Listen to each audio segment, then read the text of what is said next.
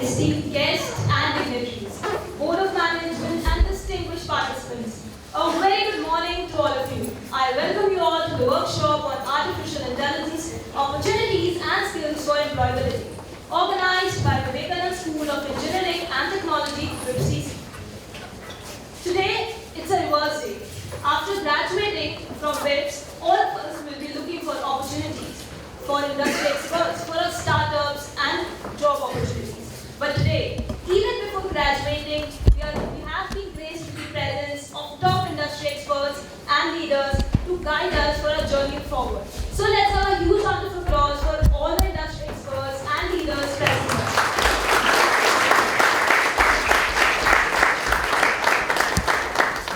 Artificial intelligence isn't just a buzzword, right? It's a game changer.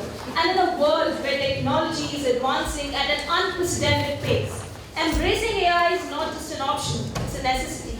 And today, we have gathered here for a workshop that is not just about algorithms and data. It's about unlocking opportunities and acquiring the skills that will make you indispensable in the workforce. So let's dive in, let's learn, and let's collaborate and pave the way for a future where AI is not only enhancing our capabilities, but opening new doors.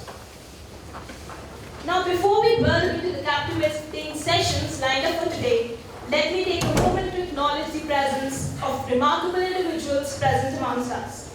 We are honored to have Dr. S.C. Vatsar, the Chairman of WIPCC, and Mr. Vineet Vatsar, the Vice Chairman of WIPCC. Joining them, we have the trailblazers in the field of technology, Mr. Uday Bridge, sir, co-founder and director, Think Street Technologies, and professor of practice. Yes, Professor Uday Bridge. Joining them, we have the trailblazer in the field of technology, Professor Uday Bridge, sir, co-founder and director, Think Street Technologies, and professor of practice at Industry Practice Center, WIPS. We have with us Mr. Ramesh Padmanabhan, sir, Director of Training and Certification at Red Hat, a global leader in open source solutions. Along with him, we have Sri Rajesh Rajgopalan Nambiar, sir, the APG Director of Academic and Learning Alliances at UiPath. Joining them, we have Anish TV, sir. He's a Partner Sales Account Manager. And we have Shiv Prasad M. Shiva, sir. He's the co-founder and CEO at Telcosol. Now, I would like to request Dr. S.C. Vatsar to felicitate our honorable guest, Mr. Professor Uday Bridge, sir, co-founder and director, Think Street Technologies. Let's have a huge round of applause for him.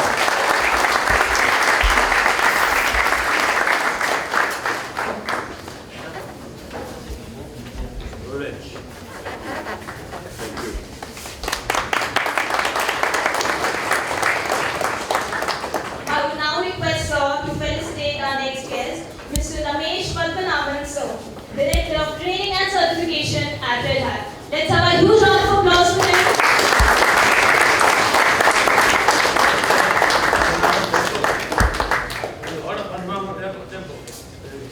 What is the richest?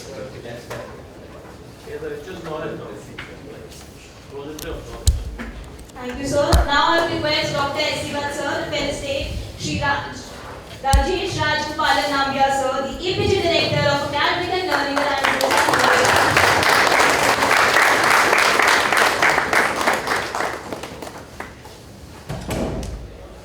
I would now request sir to felicitate Anish PV, sir, Partner Sales Account Manager. Let's have a huge round of applause for him as well.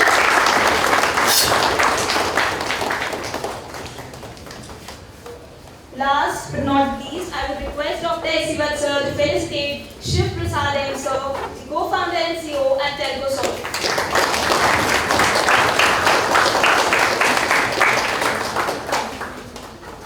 Thank you so much, sir.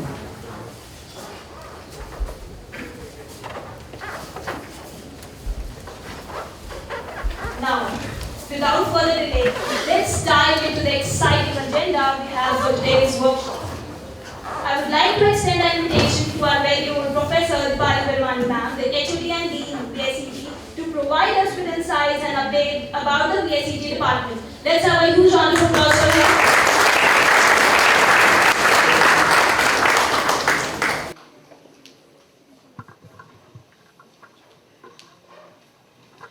Good morning, all of you. It's a privilege standing here to introduce our own WIPS TC to our esteemed guests for the day. Sir, at WIPS TC, we are having 7 schools, including Tata School of Law, School of Information Technology, School of Engineering, Economics, and we offer the courses like Information Technology, Engineering, and PGDM. We have a total strength of 8,000 plus students and a legacy of 23 years. So, for engineering, we started our batch in 2021. We are offering engineering in 5 latest streams that are emerging technologies. We are offering BTech in AI ML, BTech in AI data science, BTech in IIoT, BTech in computer science and engineering, and BTech in electronics with VLSI specialization. So, here at WIPS TC and in School of Engineering and Technology, we fan in the curiosity of the students, we nurture their capabilities, we tell them to focus on project-based learning, we try to make them experiential learning, we try that they should have the high hands-on experience on all the technologies. We don't make them a bookish knowledge. We don't want to give them a bookish knowledge because books they should read the books to get the knowledge, but we try they are doing the experiments on their own. So we are giving the assignments in the way so that we are enhancing their knowledge. We follow the ideologies of Swami Vivekananda ji, where we follow that man making, character building, and nation building. We focus on holistic development of the students. We want them to become the ethical, sound professionals. We work on the ethics of the students. Our motto is to make them ethical, sound professionals. So we don't only tell them to gain the knowledge from the books, to read the books. Rather, we want them to dive in deep in the technologies. That is why we are sitting here together today, so that they should have the exposure on the industry today itself. They should not wait for the day when they are going out and see this. So that we have called the experts like you to tell them about the latest technologies, how to become industry ready. This is our dream for our students when they are passing out.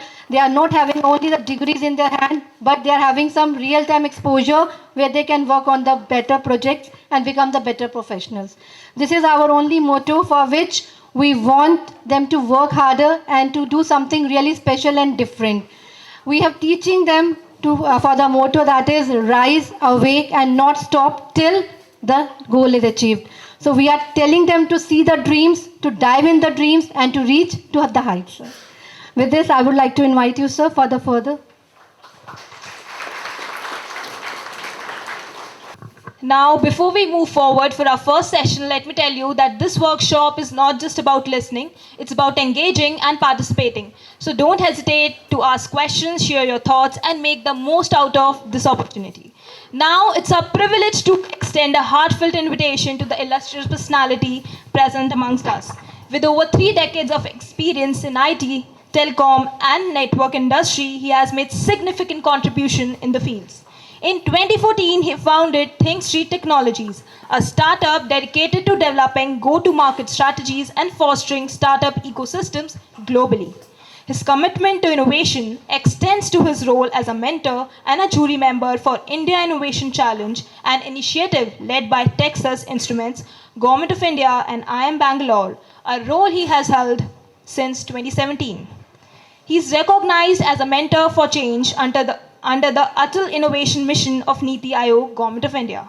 He has also been actively involved in various startups initiatives supported by both government and private institutions across India, including IIM Bangalore, IIM Lucknow, and Vellore Institute of Technology.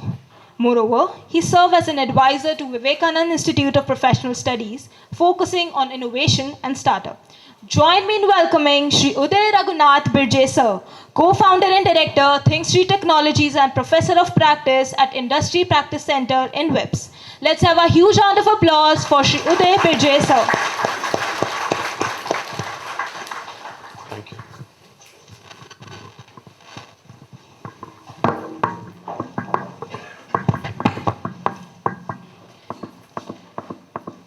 Happy morning. I don't know, I have to repeat this every time in every college or every forum.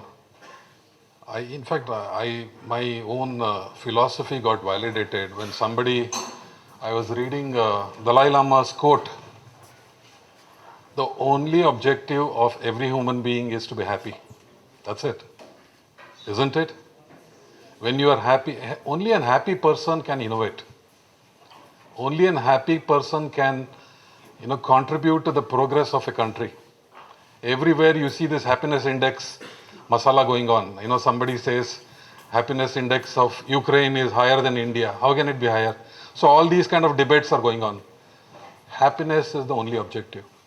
From the time the child is born to the last day of our life, only objective is happiness. Great AI, great metaverse, great IoT, great Red Hat training, great UiPath training, everything is towards happiness. Okay? Your education, MTech, BTech, PhD, whatever, the ultimate objective is to make yourself happy or somebody else happy. Okay? So don't ever feel shy to express your happiness or be happy. So can we have happy morning once again? Happy morning. Fantastic. So I'm feeling a little bit bad for that set of people. I wish I had metaverse so I can make my image stand there and do the lecture. So or maybe I will walk there and ask more questions. So see let me make it. I think I came less prepared because I want to talk less today, and I want to give an opportunity or ensure my my friends and my guests and my colleagues from the industry spend as much time as possible with all of you, Ramesh, Rajesh, Anish, and of course my young mentee, I would say, Shiv Prasad. So they will spend more time, but I think it's important for me to give you some kind of a precursor of what we are going to do at VIPS as well as in the industry, which will be path breaking. And also see, how many of you have attended some of the talks that I have done in the last 2-3 months or maybe last 6 months? I've been coming here since more than a year. So, the last time, how many attended the G20 in I think August, right? G20 that we did here at VIPS. We had a fantastic 2-day summit here in. So do you remember? I think philosophically speaking, all good things happen through some kind of coincidences. When we did the G20 summit, the same week we had all the world leaders, Vinitji, world leaders coming to Delhi. So we set the precursor for the entire country or the state or maybe the industry itself. So our G20 here at VIPS happened, and 3 days later, Biden and Rishi Sunak and Modi and everybody gathered in Delhi for the G20 summit. The same coincidence, do you know this is going to happen? Today we are doing a AI, I would say a summit itself, and tomorrow Prime Minister Modi is going to inaugurate the biggest global AI summit in the country. Okay? So I think you can say it's a coincidence, it's a blessing, whatever you can say. So we are going to set the precursor, it's like a precursor for the entire industry, and you must be proud of that. And I never asked Modi ji, tomorrow you have your event, I'm organizing like this. It's happened, that's it. So it's I think the young girl who introduced said that it's a game changer, and there's no doubt about it. So let me have some interactive feedback from all of you. Where is the mic? So when we say AI, what comes to your mind? Can I have 4 or 5 responses? If you don't respond, if you're shy, I'm going to come and ask you. Okay? When I say AI, or when you think of AI, what comes to your mind? Please raise your hand and yes. Icebreaker, and then we will have 4 more hands. Chat GPT. Fantastic answer. Fantastic means it's the right thinking. I want to understand what's going on in your mind. So next one, yes. Automation. Chat GPT automation. Can we pass some mic that side? What comes to your mind when you think of AI?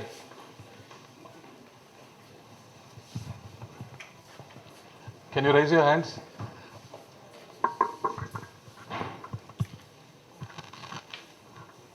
Alexa, Alexa. Okay.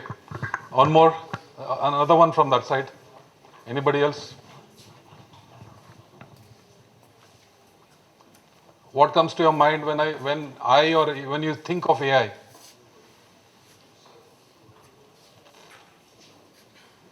Yeah, here.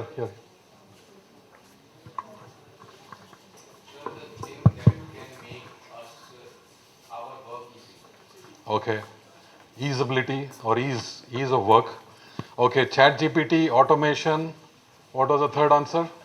Alexa, ease of work, and one more here. I think this girl, yes.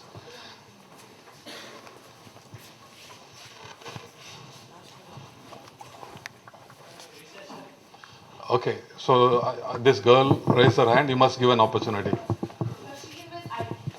Machine with IT. Yes, recession, machine with IT. The okay, one more, last one, please.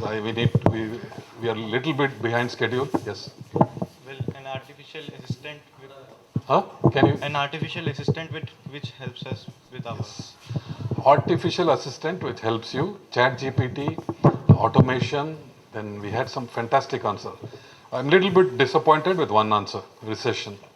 All positive answers, negative answer. But I'm not blaming you. Yes, right thinking. Because that's a worry everybody has. My job will go away. Whether a robot will take away my job. You know, that's the apprehension everybody has. Okay. So most of you are either little younger than my younger daughter, or almost the same age, I would say. My younger daughter is in the final semester of her law in symbiosis. So just I was chatting with her because now AI is in the air, right? Everybody's talking AI, all students, lectures, from Prime Minister Modi to an auto rickshaw wala is talking about AI. Okay, so I was asking her just not recently only, just 2 weeks back. I was asking her, do you use Chat GPT for your assignments? How many of you use? My daughter does law. You know, they are the protectors of legal. You know, the lawyers. Even I was chatting with your dean, also law. So she told me we are not allowed to use. And I asked her, how can somebody find out? They have a tool.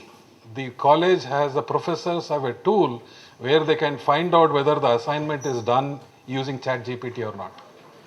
Correct? So what have you people done? You have taken the easy route. And I wouldn't blame you. It's a, distraction, or it is I would say an addiction or whatever. You have the tool, use it. Correct? And we have all kinds of tools on our mobile phones, Facebook. Even if we don't want to see, we keep checking Facebook, or we keep checking WhatsApp. Correct? So let me tell you, I think so there is an opportunity for us to disrupt and change the way we work. It doesn't mean that just because ChatGPT is there, we outsource all the work to ChatGPT. It need not be. Then what happens to your thinking? Correct? So this is and this is my daughter's feedback, verbatim. I'm telling you this. She told me, and she's also quite a bit orthodox and conventional method. She even if the teacher says use ChatGPT, she will not use. So she is that type, my daughter. So there's one thing keeps striking me always. I think especially in today's world. Read it and absorb it deeply. Is it people drive technology or technology drives people? People drive technology. It is not that technology drives people. When you're sitting in the airport, technology is driving people because everybody is sitting like this. You have become a slave to technology, correct? But at the same time, you need to understand that technology, our human brain is so powerful. Our intelligence is so powerful. We have not even tapped 1% of what we can do in this world. There's so much to do. So let us understand that it is we or you that will innovate. Okay? A machine cannot innovate. A machine cannot solve a problem. You are making the machine solve a problem. You are innovating a machine that will solve a problem. Okay? You are disrupting the industry. When Uber came into the industry, the entire transportation industry got disrupted. Everybody stopped using their cars. Stopped meaning, they reduced. Because there is Ola and Uber available at the fingertips. So is it technology driving people, or people who invented Uber or who innovated Uber? People. Correct? So innovation, transformation. So automatically the industry got transformed. The transportation industry got completely transformed. So innovation, transformation, disruption, everything is driven by people. Technology is not doing this. So remember this. Your energy, your intellect, your intelligence, everything is miles and maybe years to go. Let us not become slaves of technology. So when somebody said recession, you must think, hey, how am I allowing my AI to drive my recession in the industry? You must think that way and solve the problem. Saying that, let me not allow AI or a robot to drive recession in the industry. Okay? That's how it should be. So that's what is called as disruption or transformation or innovation. So it's you who are doing all this. It's not technology. Technology does not disrupt. Technology doesn't transform. Technology doesn't innovate. Okay, it's the people. And especially, I call all of you. In fact, I am possibly one of the earliest, because I go to so many institutions from the eastern side to west to north, everywhere. Your set of people, including my daughters, both of them, you are the champions of change. The change that is going to happen in our country, you are going to champion that. Not grey-haired people like us. We will only be there to guide you, mentor you, maybe provide the tools, provide the direction, provide advice, whatever. You are the champions of change. Remember this, always. So you are the market as well as you are the innovators. You are 65% of the industry. That is why every country in the world is looking at India. Every company, from Tesla to the lowest technology company, wanting to have a presence in India. Okay? So this is actually, I have a few more slides. So there are so many great answers from recession. I don't want to pick on you saying that why did you say recession? You brought the right point. Okay? You brought the right point, automation and all, easy to say that. But I think he brought the right point as to how do we get over this mindset. Let me tell you, ChatGPT, did you know that Tesla, Elon Musk announced a generative AI tool just 2 days back? Huh? Anybody read that announcement? Which is the ChatGPT equivalent from Google? There is, what about Microsoft? Bling, and they have so many, a Copilot. Then what about Meta, that is Facebook? So everybody, in fact, when Gemini announced, when Google announced the Gemini, it is already available on their Google phones, the tool. Okay? So AI is going to become like any other, Facebook app or a LinkedIn app or one of those, Instagram or whatever. How do we use that productively without becoming a slave of that? That is what. So when we say ChatGPT or Gemini or Bard or Copilot or this Tesla's Gawk, these are all just tools and they are just tip of the iceberg. Do you know the tip of the iceberg concept? I'm going to show you this. So what you see here is what you are seeing today is just the top layer. What you are not seeing is the opportunity or the things that you can do. Whether it is the web or the future data, the electronic health records. Can ChatGPT provide your health record without you going to an hospital, doing your blood test or whatever? There are some tools, but it cannot be, for everything. You still have to do your CT scan. You still have to do some kind of a blood test, X-rays. There are some apps which will provide some high level, possibly a health record kind of a thing. Okay, so can we allow ChatGPT to be your ethical tool? Can the lawyers allow ChatGPT to say that, hey, you design the ethics for my company? Correct? The chairman, the management team, everything has to be done by them. So logistics, sustainability, or administration, negotiation. Can VIPS ChatGPT negotiate with UGC ChatGPT and say that you both of you come to an MOU agreement? No, it's not possible. Correct?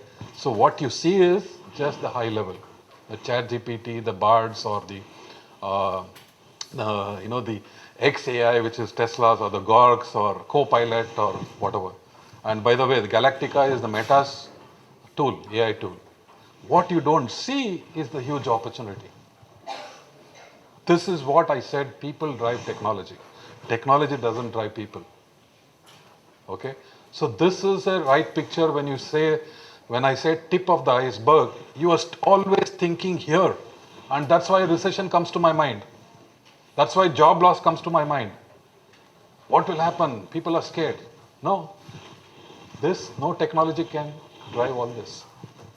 It is the people's game, people's work. All these. Okay? So this is where these tools are available, okay, for you to drive these strategies. Whether it's relationships or ethics. I was just chatting with the dean of VIPS Law College. She said that I want to bring in technology into the student's mindset. Can we tell the lawyers go and use ChatGPT? No, right? So technology doesn't drive people. People drive technology. Remember this. Okay? There's another important thing. I mean, why am I standing here? I've done about 30 years of all kinds of networks, from internet to Konkan Railway to Indian Railways, ERNet, everything I've seen. Okay? MHA, including tracking terrorist conversations on the internet. I've done everything. I'm not fit to be a lecturer. Okay, but because we have great professors in this university, in this VIPS college. I don't even have 1% qualification of the great professors, Deepali ma'am and team, and Vinitji's, the bigger team. I don't even have 1% to be a professor. All I'm doing is sharing my experiences. What has happened in the 30 years and the kind of vision that we can do, that's it. That's why the UGC brought this concept of professor of practice, which means the industry people come and talk about what we have done in the past, share our experience, how we can do it, how we can convert ChatGPT into a more useful tool. Okay? So that's what it is. So what does it mean? What you are getting in the college is knowledge. Anybody understands, relates this? I've shown this slide in a couple of other presentations before. Knowledge and experience. What you get in a university, what you get in the best, even whether it is IIT or Harvard or Stanford, that's a temple of knowledge. Okay? We call them the temple of knowledge. And the gurus or the teachers, they are your gods. But nobody can teach you experience. Even I cannot teach experience. I can only relate. Okay, I can only say that this is how we did it. But finally, when you experience through practical, I would say, interventions or practical exercises, then you can get the experience. Only if you do some kind of a robotic project, then you can understand how to build a robot.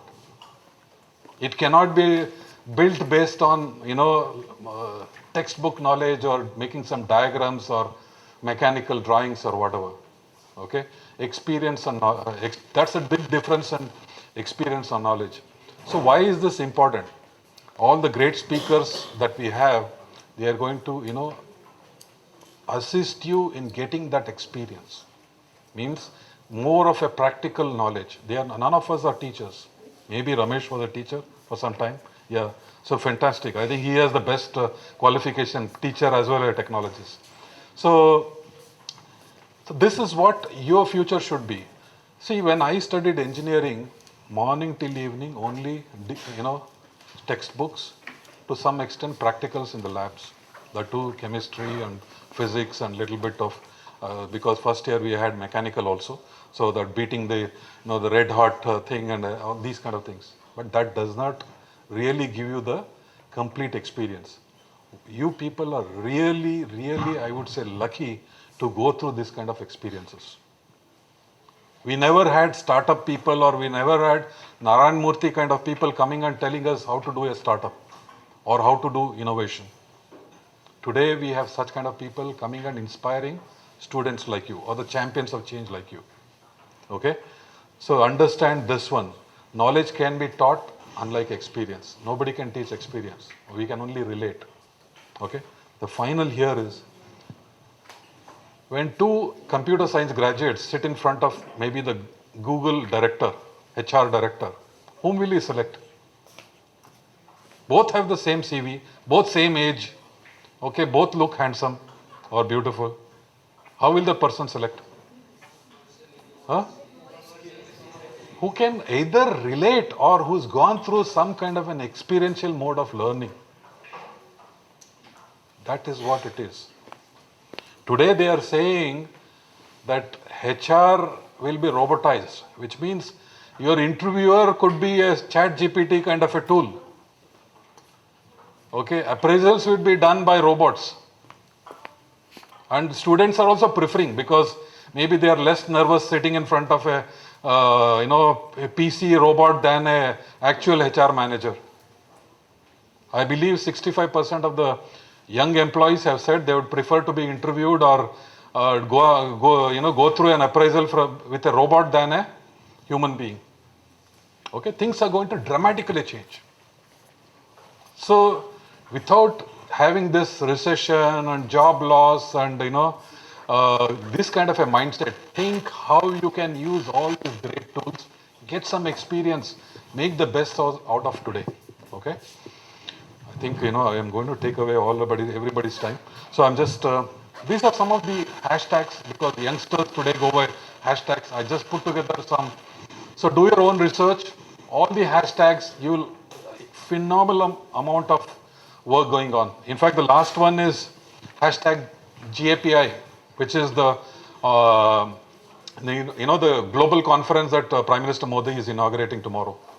Okay, so when you're on Twitter or LinkedIn or whatever, these are the hashtags, not just for tomorrow, but like for your learning process. So the generative AI, this is a snapshot of what is going to happen. Robots will be in the warehouse. Gen AI metaverse to enhance customer experience. I told you, it won't be too far. Maybe in 1 year's time, a classroom like this, you can have a metaverse version of me standing and giving a talk there. That side. Okay? Maybe in 2 years from now, I have to identify myself saying that I am real Uday Birje, a human being. Somebody will come and touch me and say that I am real instead of a metaverse version. Correct? That is going to happen. I have already seen that demo. A metaverse version of me giving a lecture. I am sitting in Bangalore. But only you have to come and touch and feel. That is going to happen. Okay? So this is, don't get outdated. Anybody knows Kodak? This generation will not know Kodak. Kodak cameras. Anybody has a Kodak camera? Do they have digital cameras? No, old ones. The best photography happened with those reels and whatever. They are used as a bad example because they never got into digital cameras and they went bankrupt. They said, I am a great number one, that photo reel company, Kodak camera company, they never, transformed to digital. They went bankrupt. So many companies, Sony also the same thing happened. In some of their, CD players and things like that.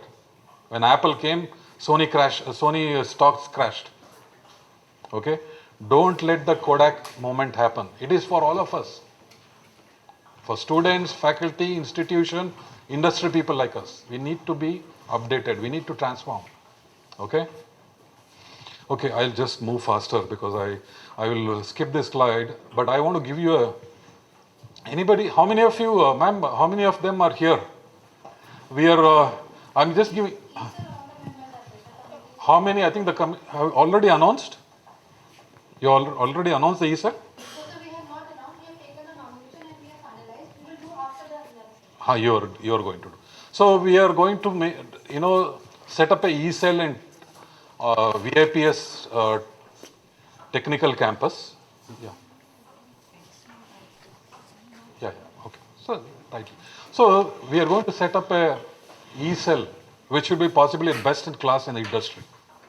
Because when we have such kind of mentors and such kind of advisors here and more, we have Professor Sadgopan, and you will see over the next 2-3 months, we will bring in more experts into this university, into this college to advise the e-cell. So I think Dipali ma'am is going to talk about who are going to be this. These are the students group. This will be led by the students. Okay? So look forward to this very shortly, and we will drive this as the best in the industry. And the mandate of this e-cell is going to set up a startup ecosystem. And I'm just giving you a preview. I think we will discuss in detail later. And also, I think we have shared, I've shared, some details of Center of Excellence for futuristic technologies and skill development is what we are going to set up in VIPS TC. Maybe in the next 30 days or so, we are getting ready. And this is going to be the mandate. So it's going to revolve around 3 things: innovation, collaboration, and transformation. Innovation is your own thinking. I think I told you about the AI part. Collaboration is with top leading companies like Red Hat, UiPath, TelcoSolve, and some startups. This is what we are going to do. So it revolves around these 3 themes: innovation, collaboration, and transformation. And whatever technology or whatever concepts, whatever ideas required for you, because you're going to pass out in some of you in 2 years or maybe some of you in 1 year, you have to have, one is the right kind of tools to innovate and also the right kind of skills to get placed. This is the 2 strategy. This is what the Center of Excellence will do. And this is, hopefully, God willing, this is going to be like a world-class Center of Excellence, because we have world-class Center of Excellences in Bangalore. Little bit, my friend Shiv Prasad is going to talk about, because he works from one of them. Okay. So this is the charter. I will move fast because I already spoken quite a bit, and maybe we'll get into details. This is the first phase of what the ecosystem will look like. Some of the partners are here already: Red Hat, UiPath, TelcoSolve, and then some startups, NASCOM AI. How many of you heard my friend Madhav Bissa? Yes, he comes from NASCOM AI. So he's a fantastic, I would say, part of our ecosystem here. Okay, so this is how the ecosystem will start like, and we will bring in more next generation companies. Okay, so this is it. I think, I just want to end and, first is thank our respected chairman here, vice chairman, and Deepali ma'am for, putting together this, whatever idea that we, as a team, we said we will present to all of you. And my friends from the industry are going to talk about how actually some of the programs that they have, some of the initiatives that they have are going to increase the employability factor for all of you and also help you innovate as well. So it's not that all of you have to become employees. You can also become unicorns. You can become innovators with these kind of partnerships. Okay. Thank you. Thank you very much. And ma'am, you want to? Okay.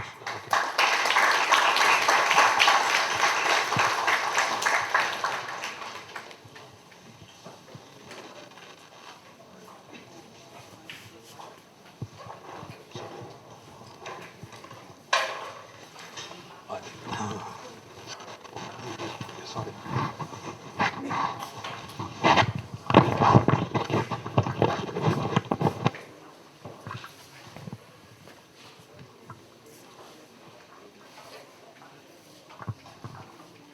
Let's have a huge round of applause for Professor Uday Birje, sir. Thank you so much, sir, for such an invaluable insights. Your wisdom has indeed left a profound impact on all of us. Now, it's an absolute honor to introduce Mr. Ramesh Padmanabhan, sir, a stalwart with over 28 years in IT and education industry. With a rich background in sales and people management, he's left an indelible mark at companies like MNTI, Aptech, Wipro, IHT, HP, and currently at Red Hat. From starting as a lecturer to ascending roles like country head, CEO, and director, his journey reflects resilience and leadership. Mr. Padmanabhan, sir, with the career mantra of never say no to challenges, believes doing the basics right. A mentor and a leader. Currently serve as Director of Global Learning Services at Red Hat India, bringing his primary skills of customer focus and leadership at forefront. I would request sir to share his insights on the invaluable partnership between Red Hat and Webs, unraveling its value propositions and paving the way forward. Let's have a huge round of applause for sir.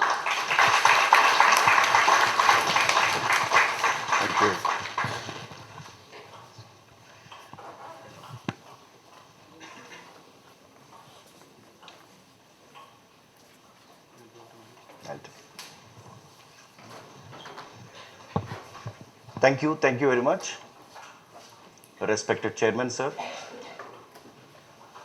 Respected Vice Chairman, sir. Respected Deepali, madam. My friend, my ex-colleague, Professor Uday, and my counterpart from UI, Mr. Rajesh, all the respected faculty members, teachers, lecturers, and boys and girls. Good morning, all of you. Fantastic. I think that's a good energy. So we are together for next 1 hour, madam. Can I take? Yeah, okay. So 1 hour, you will be getting to know about a few technologies behind AI. So कुछ देर के लिए आपको AI भूलना पड़ेगा. So please forget AI for few minutes. What is behind AI? So now you people are very comfortable with a lot of tools, maybe starting from ChatGPT and things like that. But how does they work behind the screen? So that's where Red Hat comes into picture. I can see Sadarji Paji here, Red Hat. So it's something like that, Lal Topi. So our company is called Red Hat. So we'll make it more interactive. I'll ask a lot of questions to you, and then you can answer me. But sorry, today I don't have any goodies for good answers. But you can raise your hand if you know the answer. I will pick up them who will be the person who can speak. Is that okay? It's a good deal? Yeah, thank you. So what is open source? Anybody knows the answer? You just pick up, lift your hand. Open source. Yeah, yourself. Contribution towards open community. Okay, fantastic. Anybody wants to add? Yes?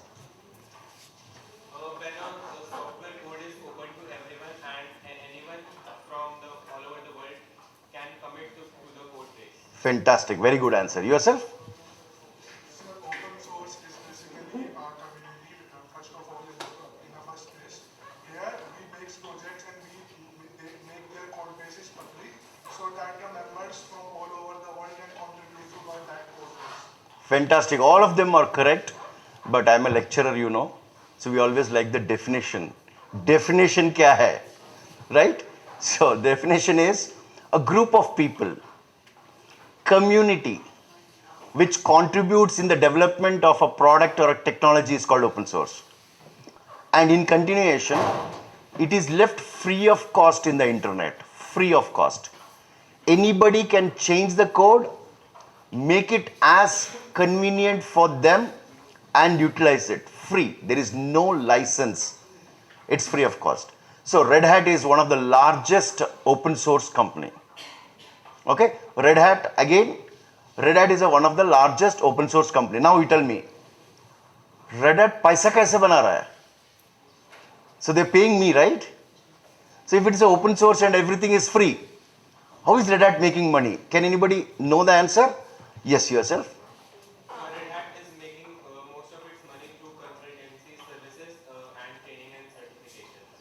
Okay, okay. And also offering real RHEL OS to companies. Okay, fantastic, good. Anybody else wants to add? Okay, yeah. Customizable open source tools. Customizable, okay. ठीक है, let me explain. Subscription service. Yeah, you are exactly correct, but I'll explain it. So you heard about Ola, Uber? How many cars does Ola own? Zero. Similarly, Tata Play, all of you know about Tata Play? So these are called as subscription service. That means point to point, time to time. You pay only for the time to time. You pay only for the point to point. So same way, Red Hat adopts these open source technologies, give the brand Red Hat, and provide subscription service for a period of 3 months, 6 months, 1 year, and so on. This is what is basically Red Hat as a company. Yes, one of my friends told, yes, we do a lot of consulting services. Consulting is a wing of Red Hat which contributes about 1%. 99% kidhar hai? That's what Paji explained. It is subscription services. So we provide subscription service. For example, RHEL, Red Hat Enterprise Linux.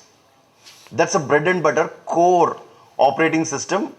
So this bread and butter was initially developed and manufactured or innovated by a person by name Linus, Linus, Linus.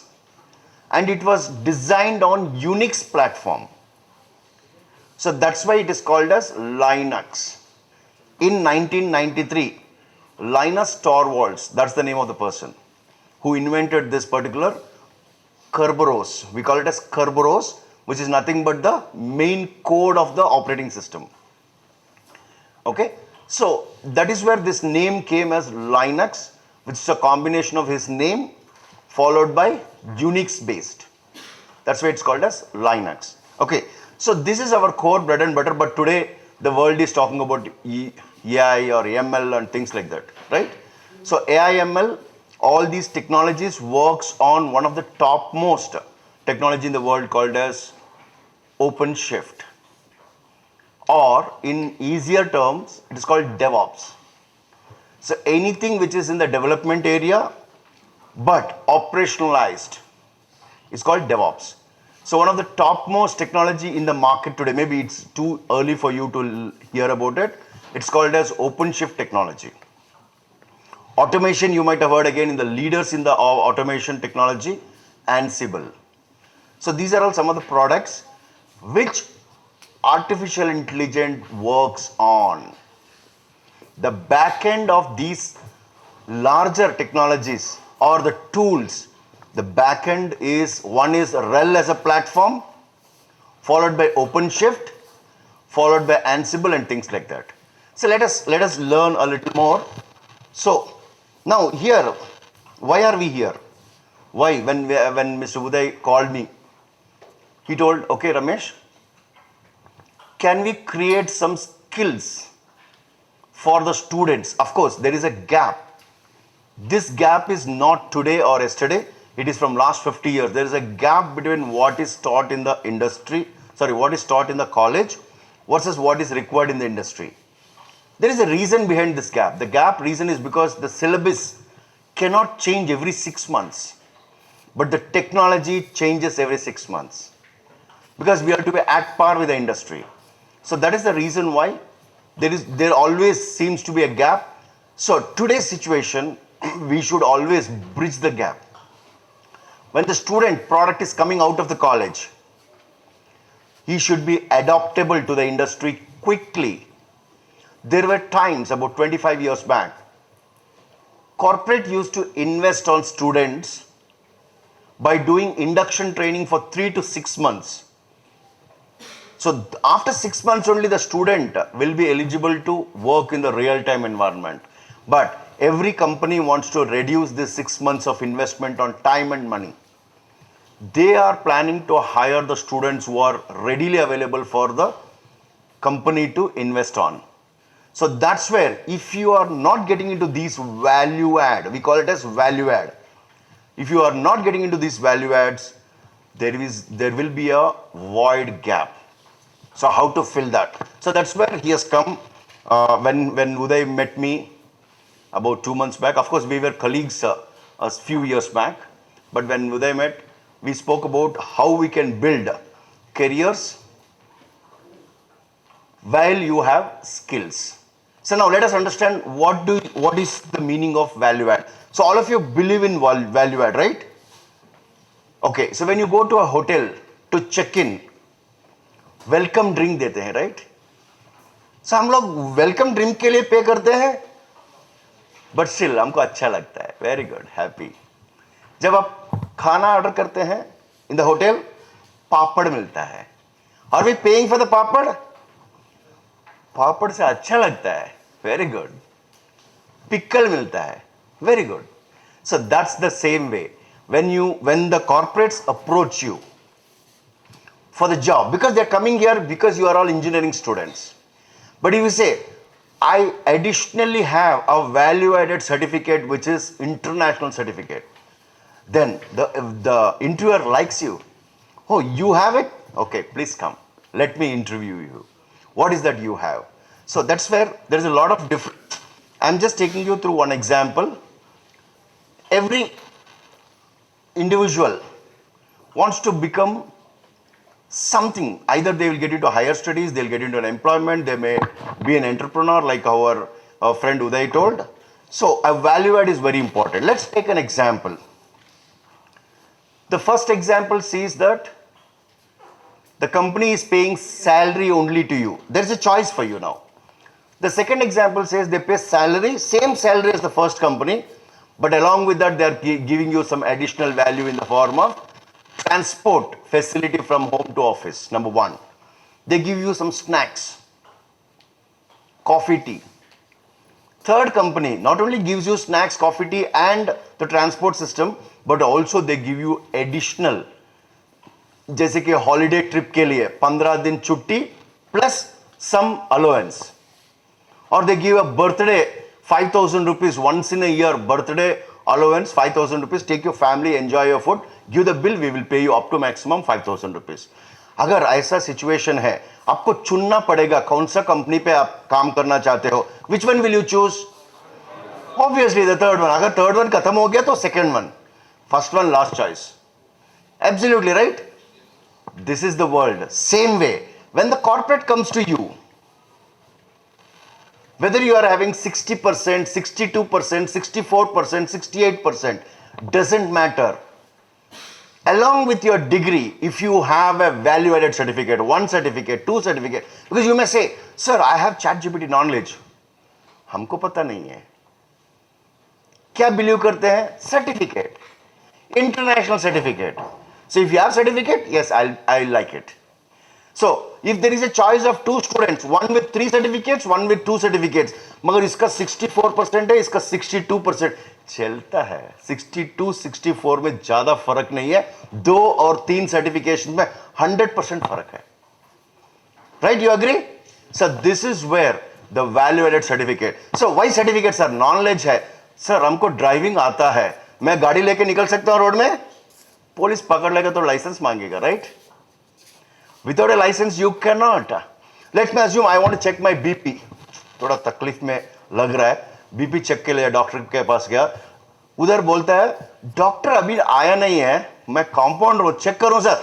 अरे यार नको, नहीं सब, no problem, I don't want to risk my life. Or if you want to get into a flight, just before boarding you got an announcement. So today the official flight who is a certified pilot is not well. We have another pilot who was driving a very good driver truck. Can you take him? Will you get into the flight? Sir, I don't mind being late for a meeting, but I don't want to be late, Ramesh Padmanabhan. Right? So it's as simple as that. So certification is very important. Unless and until you are certified, the corporates may not like you. You are having knowledge, of course, knowledge is required, but certification is mandatory. You have to get into certification levels. So now, in Red Hat, Whether you want to become an IoT specialist, artificial intelligence specialist, or you want to become a blockchain specialist, the entry point is RHCSA. RHCSA stands for Red Hat Certified System Administrator. This is the course that we recommend. This is the training that we recommend. System Administrator, क्या बात कर रहे हो sir? हम engineer हैं. System Administration क्यों करना है हमको? Nothing like that, sir. That is the entry point. Okay, so we are studying algebra in 10th standard. क्या हम algebra पे काम करेंगे? A plus B whole square is equal to A square plus B square plus 2AB. नहीं. But that is the basics, right? Unless and until you know the basics, how would you enter? उसी तरह RHCSA plays a major role. Sir इतना बात किए आप लोग. क्या है Red Hat? कहाँ पर इस्तेमाल होता है? All of you hold a Aadhaar card? The Aadhaar card entire backend system from National Information Center, NIC, runs on Red Hat Linux platform. Recent launch Chandrayaan 3, the entire backend system is on Red Hat Linux. GPS system, आप कहीं भी जाना चाहते हो, हम भी आज सुबह जब when we were coming to VIPS campus, we just put it on our GPS. Pitampur, VIPS of college, हमको GPS लेकर आया. The entire backend system in GPS works on Red Hat Linux. ठीक है. Google, you're seeing all your photographs in Google. You're storing all your photographs. There is a lot of space. The entire Google system works on Red Hat Linux platform. क्या बात कर रहे हो sir? Google का company Red Hat का Linux में. Yes sir, that's the truth. Microsoft, Microsoft's entire cloud platform runs on Red Hat Linux. So this is the fantasy of Red Hat. This is where Red Hat Linux is playing a major role in the industry. So Red Hat Linux कहाँ पर है? If you are having a question, yes, you should know that. Linux is everywhere. Any rocket launching system, ISRO, NASA, they work on Red Hat Linux. Any flight takeoff, landing does on Red Hat Linux platform. You take any banking, you are having ATM cards, you want to go to a bank, withdraw money, immediately it works on Red Hat Linux system. Yesterday I was in, not yesterday, on 7th I was in Ahmedabad. So I was doing a presentation, something like this, not to students, rather I was doing it for professors in college. We had assembled around 40 different college professors, HODs and principals and decision makers. So when I was presenting, one of the professor raised his hand and he told, sir, I want to give one example. मैंने बोला बताइए.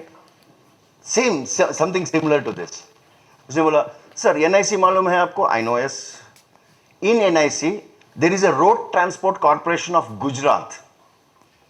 They were, in 2009, Modi ji was the Chief Minister of Gujarat. So Modi ji called for a meeting and he told, हमको ये entire road transportation system should be converted to digitalization. So they introduced one of the operating system, let me not name them. So that operating system was introduced and a token system for every bus to leave the main station, bus station, they need to have a token system which can be mapped across the city, across the state. So for that mapping system, उन लोगों को token release करना पड़ा. So they took 4 hours to release a token. 4 hours per token. So digitalization means it should save time. यहाँ तो ज़्यादा हो गया. Then they raised a complaint with the Chief Minister's office and they said, sir ऐसा हो गया, अभी क्या करें? Because buses delay हो रहे हैं. Then Chief Minister told, no, you have not identified the right technology. फिर से investigate करो, identify the right technology. Then they brought in Red Hat Linux there. So every token was issued in 40 seconds. 40 seconds versus 4 hours.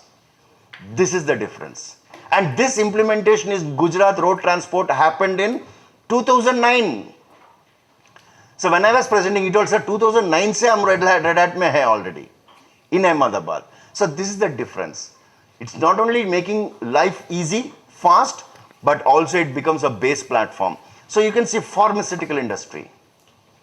So we are in Delhi, which part of Delhi I don't know, south or north or something like that. You may find there are so many medical shops. At least in Bangalore, there is one disease called diabetes. It is not a disease, it's like a friend, more friendlier than a wife, because wife भी छोड़ के जा सकती है, ये disease नहीं छोड़ के जाता है, ये साथ में ही रहेगा. जब तक मैं जिंदा हूं, diabetes मेरे साथ में है. So I have to take some tablets to control it. ज़्यादा, we cannot give too much of prominence to this particular disease. So उसको control करने के लिए एक tablet लेना पड़ता है. So this tablet manufacturing company cannot manufacture too many tablets because tablet expire हो जाएगा, right? अगर shortage कर दिया तो human being expire हो जाएगा. You agree? So in this way, they should controlledly manufacture it depending upon which city, which locality, which area, कितना medical shops है, कितने लोग tablet इस्तेमाल कर रहे हैं, उस हिसाब से manufacturing. That entire manufacturing system runs on Red Hat Linux platform. Delhi Electricity Board. Delhi Electricity Board has to distribute the power in so many megawatts in a particular line. Somewhere it's a commercial area, somewhere it's a residential area, somewhere it's a industrial area. So accordingly हमको distribute करना पड़ता है. The entire distribution system runs on Red Hat Linux. अभी आपको समझ में आ रहा है Red Hat Linux कहाँ है? Linux is everywhere. Maybe it's not as user friendly as it is like a Microsoft Windows. You are more comfortable and familiar with Microsoft Windows, मगर ये उतना आसान नहीं है. But backend is always not easy. अभी हम देखते हैं हीरो, but पीछे डायरेक्टर कितना करना पड़ता है, right? So they have to work. They have to really put. So our backend systems are little tough and difficult. So difficult काम पे हम लोग काम करते हैं, तभी तो AI वगैरह will be फलाना डमकाना. They all work fantastic only because of the backend system. The backend system, Linux is everywhere. So these are all some of the examples. Any bank you take, nationalized bank, or you go to international banks, starting from State Bank of India, they all work on Red Hat Linux. Today, if India is working on Red Hat Linux, it's purely because of more than 1 million projects in the world. More than 1 million projects. For example, Aadhaar card is one of the project, UIDAI. It is called as, right? So you can see GST and BSC, that is Bombay Stock Exchange, IBM, Microsoft, Google, AWS. Of course, IBM is our parent company. You understand? So what I'm saying here is, get to the excellence. Don't run behind the success. You all of you remember this movie? 3 Idiots. Success के पीछे मत भागो. Excellence के पीछे भागो. Success जक मार के अपने पीछे आएगा. Right? You agree? Yes, it's the same phenomena here as well. So, what are the job roles? The word says system administration. That doesn't mean that you are getting into system administration. The job opportunities are plenty. You can start from a IoT manager or blockchain engineer or a machine learning engineer and things like that. Any of these jobs, of course, even system administration is a job available. But for all these, the background remains Linux platform. I'm sorry, Rajesh, I know I'm not snubbing you. Okay, your presentation is following this, but there is a lot of automation as well within Red Hat, because he comes from a company called UiPath. It's a specialized automation company. The job opportunities are plenty. Now, certification. There are a lot of certifications in the market, and most of the certifications are beneficial. मैंने बताया initially, when we recognize a person, अगर आपके पास DL है, driving license है, police will be comfortable. उसके बाद थोड़ा ठोक भी दो चलेगा, because आपके पास DL है. DL नहीं है, ठोका भी ठोकने के जैसे गाड़ी चला खत्म. Right? Certification is very, very important. Unless and until you are having these certifications, it will not help. Knowledge alone is not important. Even certification is important. Sir, दुनिया में इतना सारे certifications है, value add ही तो चाहिए ना. मेरे degree के साथ एक Microsoft certification भी ऐड कर लूँगा, क्या फर्क पड़ता है? और may be AWS certification add कर लूँगा, ठीक है? I agree with you. It is. But I told you, tough ones are the ones which you will have to really take a chance, then you will become unique in the industry. You will become very successful in the industry because you have cracked the toughest problem. Right? So, for example, take the cricket. What is the toughest job in cricket? Scoring runs. Chakka marna. So, who will be opening the batting? The best batsman. Harbhajan Singh is never an opener.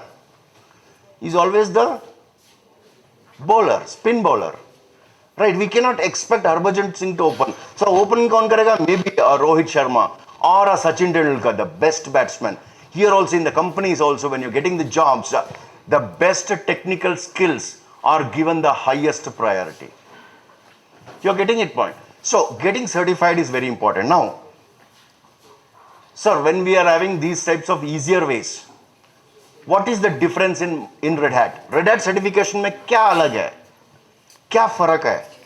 So this is very important. Let me explain you this with an example. Most of the exams in the market, not most, I think 99 or 100% of the exams are MCQs. आपको MCQ मालूम है? Multiple choice questions. So question लिया, answer is given in 4 choices. You can tick one of them. सोचो, I'm just taking an example. Accenture company, सबको मालूम है ना? Accenture, you heard?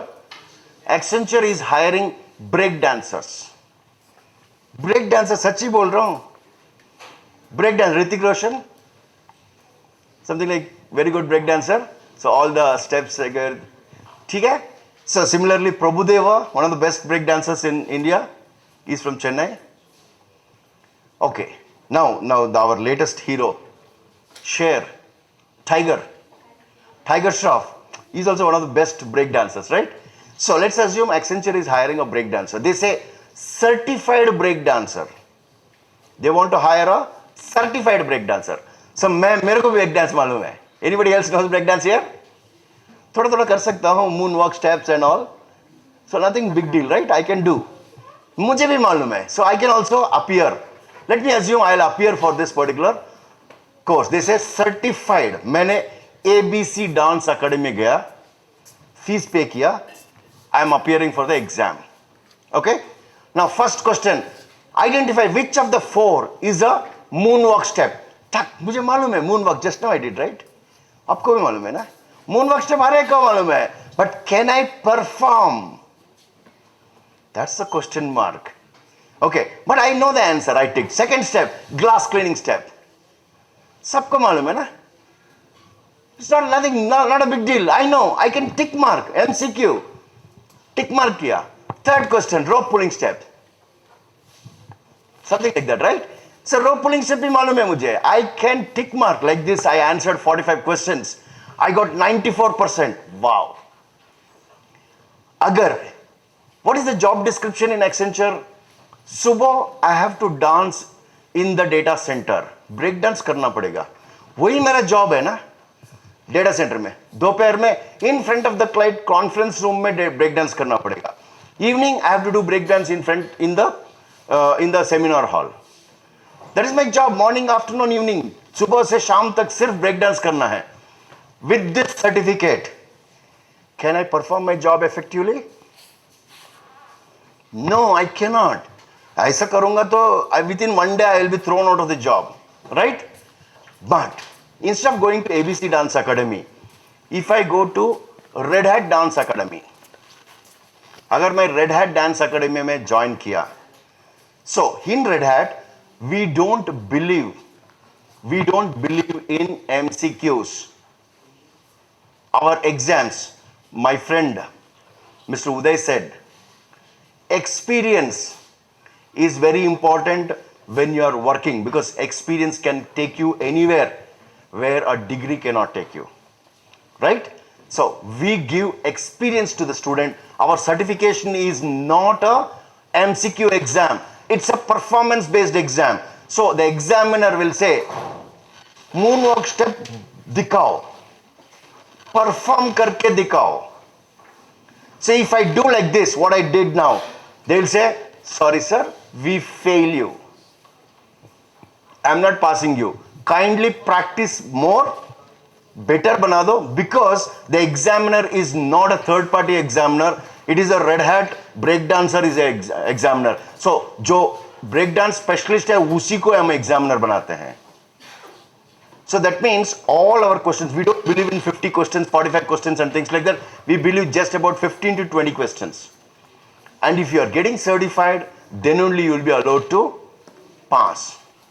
So our passing is not easy. थोड़ा tough है.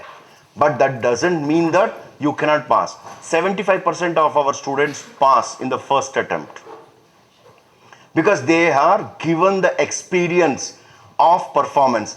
Remove the word, title word, breakdancer. Please replace it with system administrator. What is the job of a system administrator? You should do system administration in data center in the morning, in the afternoon, and in the evening. Only system administration, right? That's the job. So when you are certified system administrator from Red Hat, company knows that these exams are performance-based exams. They are not MCQ. ऐसा आलतू फालतू किसी भी कोई भी cannot pass the exam unless and until they have the knowledge, they have the right knowledge, they have the practical exposure. That is the difference. So that is why we are not trying to insist you, I'm not trying to sell here, but I'm telling the value proposition of a Red Hat certification. So a certified resource is not available without a job. I cannot find. Let me take one example. During COVID, the vice president of Airtel company called me in the month of August 2020. बहुत ज़्यादा चाहिए हम लोगों को. So इसलिए can you give me 700 people, 700 recruitment करना चाहते हैं, 9 to 10 lakhs package per annum. 700 freshers चाहिए. Work location, work from home. Laptop वगैरह हम courier कर देंगे. So I have jobs. I felt very happy. Wow. So already we have certified 25,000 people in a year. We certify about 25,000 people in a year. मैंने सोचा 700 job opportunities है, बहुत अच्छी बात है. So I called all my, so Anish is my team member. Like Anish, I have about 10 sales people working under me. So immediately I called a meeting with everybody. I told 700 job opportunities है यार. फटाफट profiles इकट्ठा करो. We will blast it. एक हफ्ता time लिया. Can you guess anybody? How many profiles I might have got at the end of 1 week? How many profiles? Any guesses? 700 job opportunities है. Profiles भी 700 मिला आपके हिसाब से? Maybe. Okay. Anybody else? 1,000. Okay. More? 25,000. Sir, I would have been very happy on that day. I was very disappointed. I got 0. एक भी profile नहीं मिला. I jumped. I shouted at all my team members, telling them, what the hell is happening? Why you people did not work and blah, blah, blah, blah. Actually, they लोग बहुत काम किए. Sir, all certified people are already placed. जो already job में है, उसको job निकाल के इधर आने के लिए तो थोड़ी बोल सकते हैं. So there is no certified resource available. Certification हुआ तो उसका job placement हो गया, sir. This is the difference. Certified people are not available. That day I was very disappointed, but the next day I became very proud. अगर Red Hat का certified resource है, तो he is not having a chance of not being placed. I'll tell you one more example. So in 2022, recently last year, I went to Chennai, Satyabama University. There is one university called Satyabama University in Chennai. So when I was going, my partner told, sir, दो brochure भी लेके जाइए. क्या है brochure के अंदर? 2 people from Satyabama University are placed in Red Hat. Red Hat ने job दिया. अमी ने उसको placement कर दिया था. Wow, अच्छी बात है. So we took the brochure. We went to the chairman, madam. Chairman, ma'am, please see. We have placed them in Red Hat. Chairman, ma'am is very happy. Wow, 2 लोगों को place किया. Very good. She asked the training and placement officer, Mr. Senthil, how many people certified in Red Hat system administration last semester? He told, madam, 90. Madam is disappointed. क्या sir? सिर्फ 2 लोगों को आप place करके इतना बात कर रहे हो. 90 लोग हमारा बचा है. सिर्फ 2 ही तो place किया. मैंने बोला 1 मिनट रुकिए मैडम. सर कितना प्रोफाइल दिया सर? जब हमने पूछा आपसे, बोला सर 2 ही दिया. मैडम जब 2 दिया तो 2 को हमने प्लेस किया, अभी मैं क्या करूं? Immediately madam is disappointed. She told, another 88, why you did not give, Senthil? Told, madam, actually what happened, by the time Red Hat came for placement, Accenture, TCS, Cognizant, Wipro, they already observed our 88 people, only 2 people were left. Oh, 2 people I gave it to Red Hat, they are also placed. So we need not place when the profile of the of the college is prepared to be positioned to the campus recruitment, you add telling that we have Red Hat certified resources. Jump, they will jump because they want excellence. They go behind excellence, not about the success. So this is the value. This is the value of Red Hat certification. That's what I've just captured here, a few points. Why Red Hat certification is important and things like that. Of course, आपने समझ गया होगा. I need not have to read and go through these slides. Which sector? I already told you from the beginning. Any sector, starting from food industry. Starting from food industry, Uber, or you take any GPS industry, government, Indian Navy, Indian Army, Indian Air Force works on Red Hat Linux platform. Any ITES organizations. I'll tell you one more example. There is one college called as Aditya Engineering College in Rajahmundry, Andhra Pradesh. So in Rajahmundry, we are signed a partner. Last year in 2022, 25 people certified in Red Hat, 25 people from that college. They were campus out, completed their engineering. They were 2019 batch, so 2018 batch. They completed RHCSA and RHCE, 25 people. In the same campus, AWS, 700 people certified, 700 people.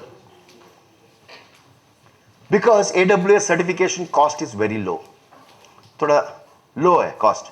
700 people उसको certify किया. Red Hat में सिर्फ 25 लोग certification हुआ. So then college called campus recruitment from AWS लोगों को बोला sir 700 लोग सर्टिफिकेशन है, सम प्राइमरी फाउंडेशन सर्टिफिकेट. लोग बोला सर कैंपस रिक्रूटमेंट तो आना चाहिए आपको. या any confusion there? You have any doubt? Doubt है sir? No no okay, please listen. So then AWS company came there. They started interviewing. 3 दिन interview हो गया. They did not select even a one person. Not even single person got selected. College is disappointed. At least they are happy that somebody came. Then college went and requested AWS people. Sir, हमारे पास 25 students है who are Red Hat certified, system administration and system engineer. Can you please consider them for an interview? You have a Red Hat certified people? Yes, sir. Can you please send them? They hired 12 people in their package range of 11 lakhs to 15 lakhs.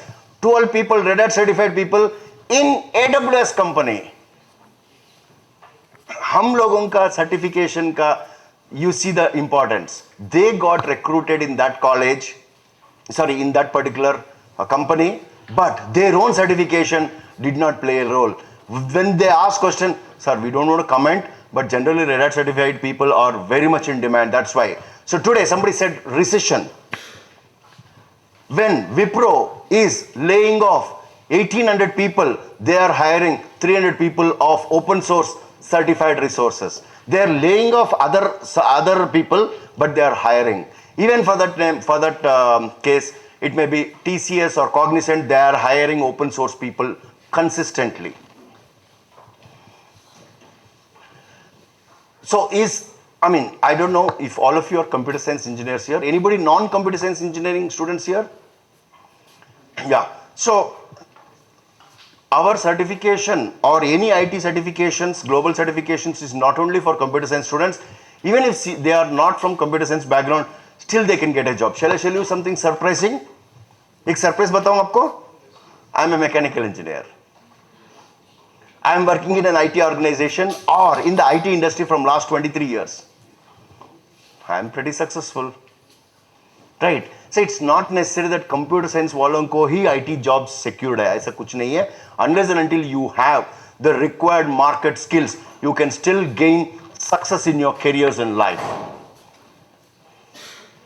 So, 89% of the hiring managers in the industry say that they find very difficult to hire open source certified resources. Why? Ramesh, why is this 89%? कहाँ से पकड़ के लेकर आया? It's a very simple mathematics. We certified today, as on today, about 30,000 people. Certifications हम लोग करते हैं साल में 30,000 people. Demand market का है 6 lakh people job opportunities. You can Google it immediately after my session or okay, immediately after today's sessions, you can Google system administration job opportunities. You will get more than 6 lakh job opportunities. So this is the reason. It is not easy to find open source certified resources availability. So what is Red Hat Academy? Why are we associating? See, here is where Red Hat Academy comes into picture. We as an organization associate with colleges like VIPS, and then we bridge the gap between what is taught in the college versus what is required in the industry. So firstly, you should be double blessed. Blessed from your parents because they have identified the right college for you. इसी college में आपको भर्ती हुआ है. That is the first thing. Second one, you should be blessed because the college management is so supportive that they are bringing these types of specialists. First of all, you should be blessed because they are having an association with a person like Mr. Uday Birche, and who in turn is bringing these types of associations, and he's already put up a slide with so many other association names, because every student need not have to get into the same subject. Even if you feel that you have an opportunity to get into wider ranges, why not? So then what is that we are going to provide as a relationship when we associate as a Red Hat Academy? So yes, we can provide you expert knowledge like the sessions I am conducting. Once you become an RHA, you will have multiple more and more sessions coming up like this. So our training is a practical based training. It's a performance based training. We give you the real time user experience. So for user experience, you need a lab, and these are all very high-end technology trainings. वो labs बनाने में बहुत मुश्किल है. So we give free access to these labs from the cloud for only to the students. The same we charge when we go to the market. We give the HTML content also free. But certification, we charge you only 50% of the market price. That's a subsidized price. Okay, training again, our partner can deliver or we also can deliver depending upon how the model that we'll have to work with the management, and then we will decide.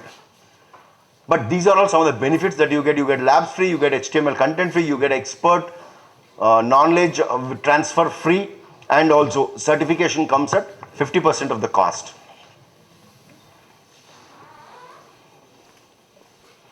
And there are different courses starting from RHCSA. If you are interested in other areas like application development areas, which is very prominent and important for working in the industry, yes, we can also support you. We are also having specific courses, especially application development in the artificial intelligence area. So application development, because artificial intelligence is so strong today, but somebody has to develop it from behind, no? So these are all some of the different courses and certifications that we have. I don't want to go. So this is one slide that I want to spend a little time. So today, data science, artificial intelligence, machine learning, these are all some of the tools which are very, very big buzzwords in the market. But having said that, till the time your base platform. So in your engineering, you learned calculus, right? In your 12th standard also you learned calculus, trigonometry. So I also learned.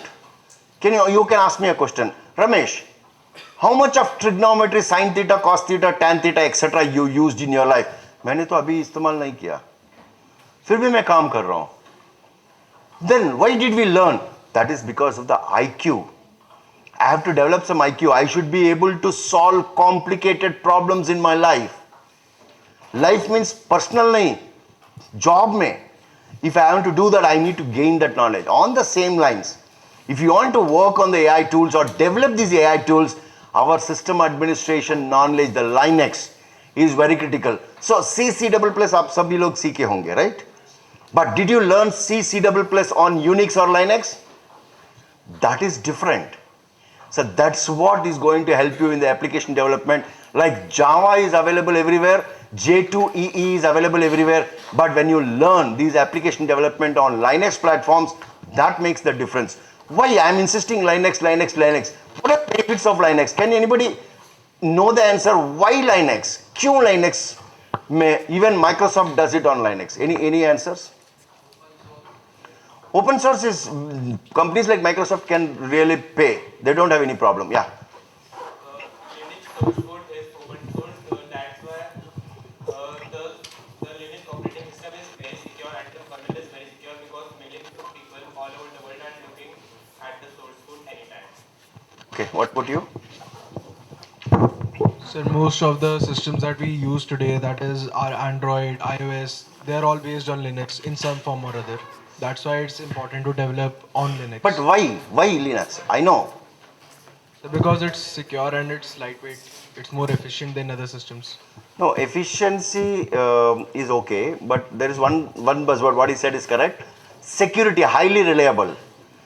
There are no viruses which are created which can attack our Linux operating system till now because the kernel, the base code is so strong and it can be modified and customized. For example, LIC company, Pura LIC company is working on Linux platform. Any bank for that matter, so many millions of crores of rupees, but still we are all safe. You are operating, you are using UPI. UPI is again working on Red Hat Linux. You transfer money left, right, front, right? Are you having any challenges of insecurity? Of course, here and there, Jamtara and all is there, I don't deny. But फिर भी, if you are, I mean, Jamtara में क्या होता है? अपने आप उन लोगों को details दे देते हो. अगर वो details नहीं दे, तो it is safe, right? You're doing all the transactions. You're comfortable. So why this safety? Because of the reliability, because of the security reason what my friends told. It is purely because of the highly security. Even when you are working in AI, ML or anything like that, even in the cloud platforms, your security plays the major role, and that's where learning how to work in Linux, then OpenShift, then a cloud operating system like OpenStack, then we have automation tool like Ansible. So these tools, if you learn, it makes a lot of difference. So what is Red Hat as a company? इतना कुछ बात कर लिया, Red Hat company के बारे में बताया नहीं sir. So Red Hat company, it's a small company. We are about 20,000 people, and we work in 30 different offices. I mean 90 different offices from 30 different countries, and we are about $5.6 billion company. That's about the company size from the revenue point of view. And then we work with 1 million projects, more than 1 million projects, and these are the technologies that we are adopted. We have 300 technologies adopted.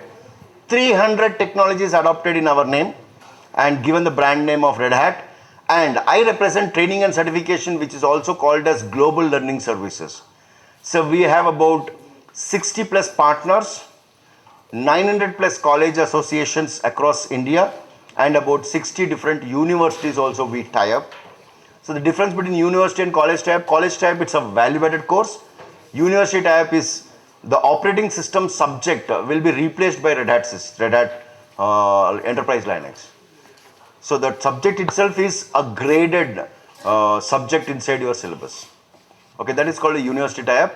So we have about 60 different courses, but we offer only 7 courses in the college sector. We have about 45 certifications, but we offer only 4 certifications in the college sector.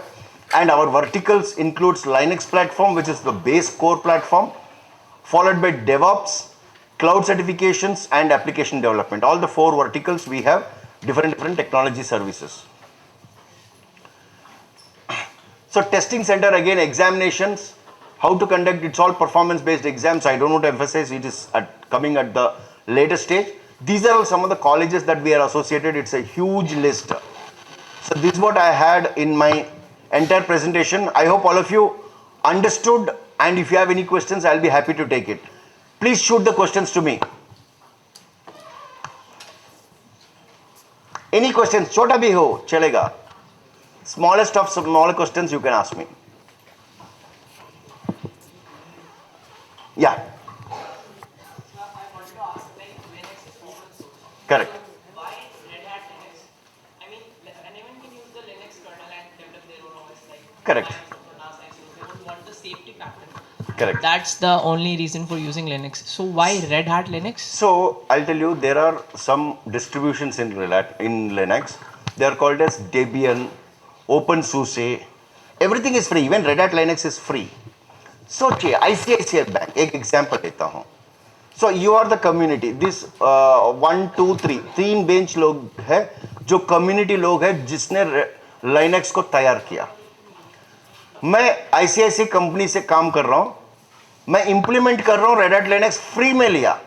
Red Hat नहीं लिया, Linux लिया free में. मैं production environment when I am doing the implementation stuck हो गया, कुछ challenge आ गया. So who developed this content? These 3 bench people, they are the community, right. मैं कॉल करूंगा ICICI से, आपका नाम क्या है? Harshita. Harshita, you only developed? No, I am struck in the problem, can you please come and help me? तो हर्षिता बोलेंगे क्यों, मैं क्यों आपको हेल्प करूं, मैं कॉलेज में हूं, कम्युनिटी में किया था, उसका मतलब ये नहीं है कि मैं अभी आ जाऊं. नहीं नहीं, डेवलपमेंट प्रोडक्शन एनवायरनमेंट में हूं, तुरंत आ जाओ. नहीं आऊंगा. क्या कर लोगे? कुछ नहीं.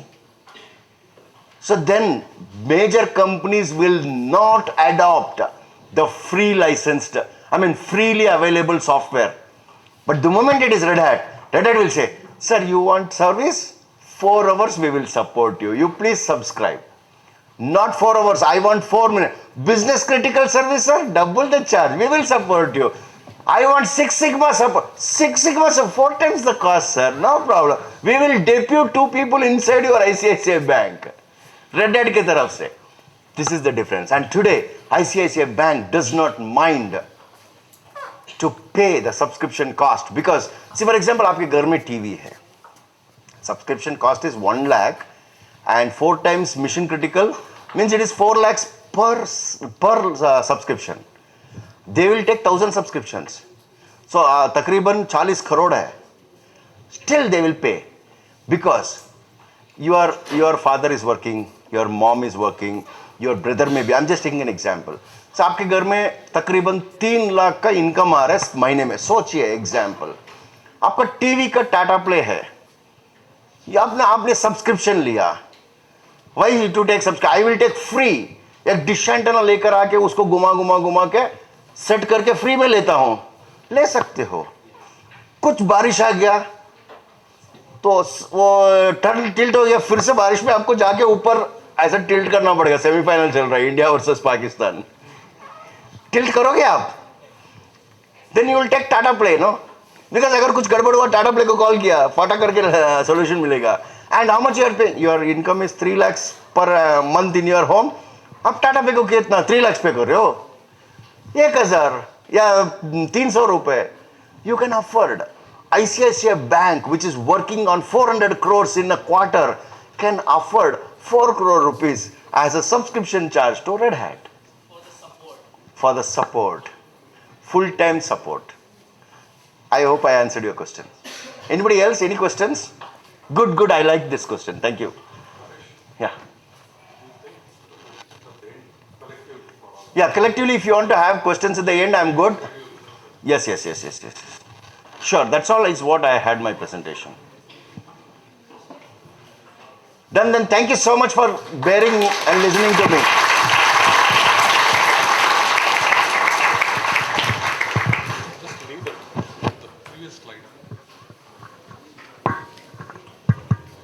So I just want to make some comments. First of all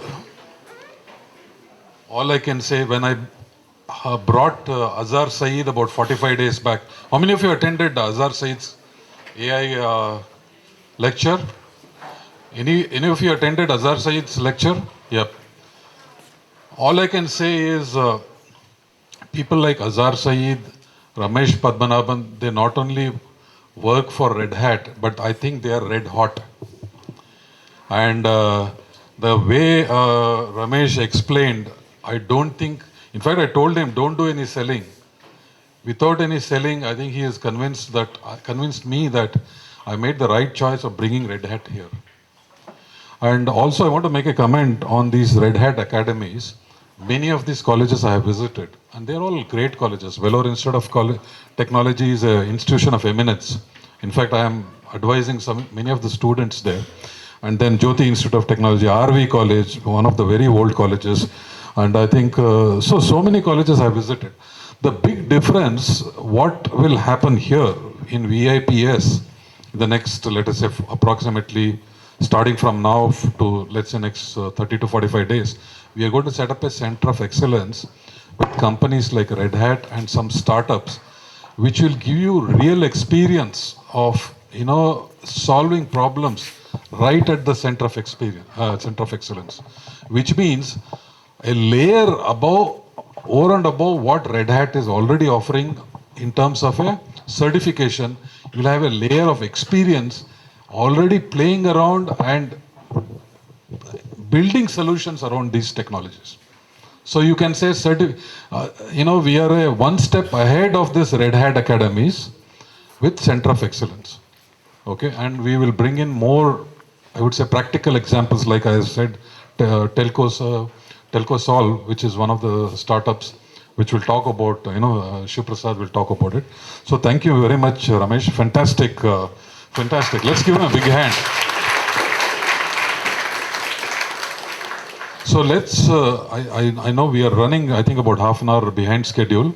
So I'm expecting a same, I would say, inspiring presentation from another friend, Rajesh Pradmanabhan, which is also, see, one example that Ramesh gave is, there are millions of AWS, Microsoft, Cisco certified people. Okay? There is a big shortage of Red Hat kind of certified people, which means the demand is high at the same time. Yes, it is difficult. So pay attention and utilize this fantastic opportunity that VIPS has given you. Very few institutions have made this kind of a choice. You must thank the management, chairman, vice chairman, as well as the HOD Deepali ma'am and the rest of the faculty members have chosen this path. It's a fantastic journey. All of you for the next, 3-4 semesters are there. Thank you.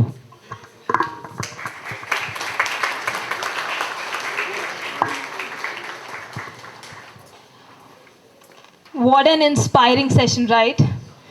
So you indeed made us think beyond our usual boundaries, and we're totally pumped to chase excellence, knowing success will come on to us. And sir, with due permission, can we talk about those impeccable moonwalk? And your moonwalk indeed surpassed the capabilities of most of us present here. So let's have a huge round of applause for that moonwalk.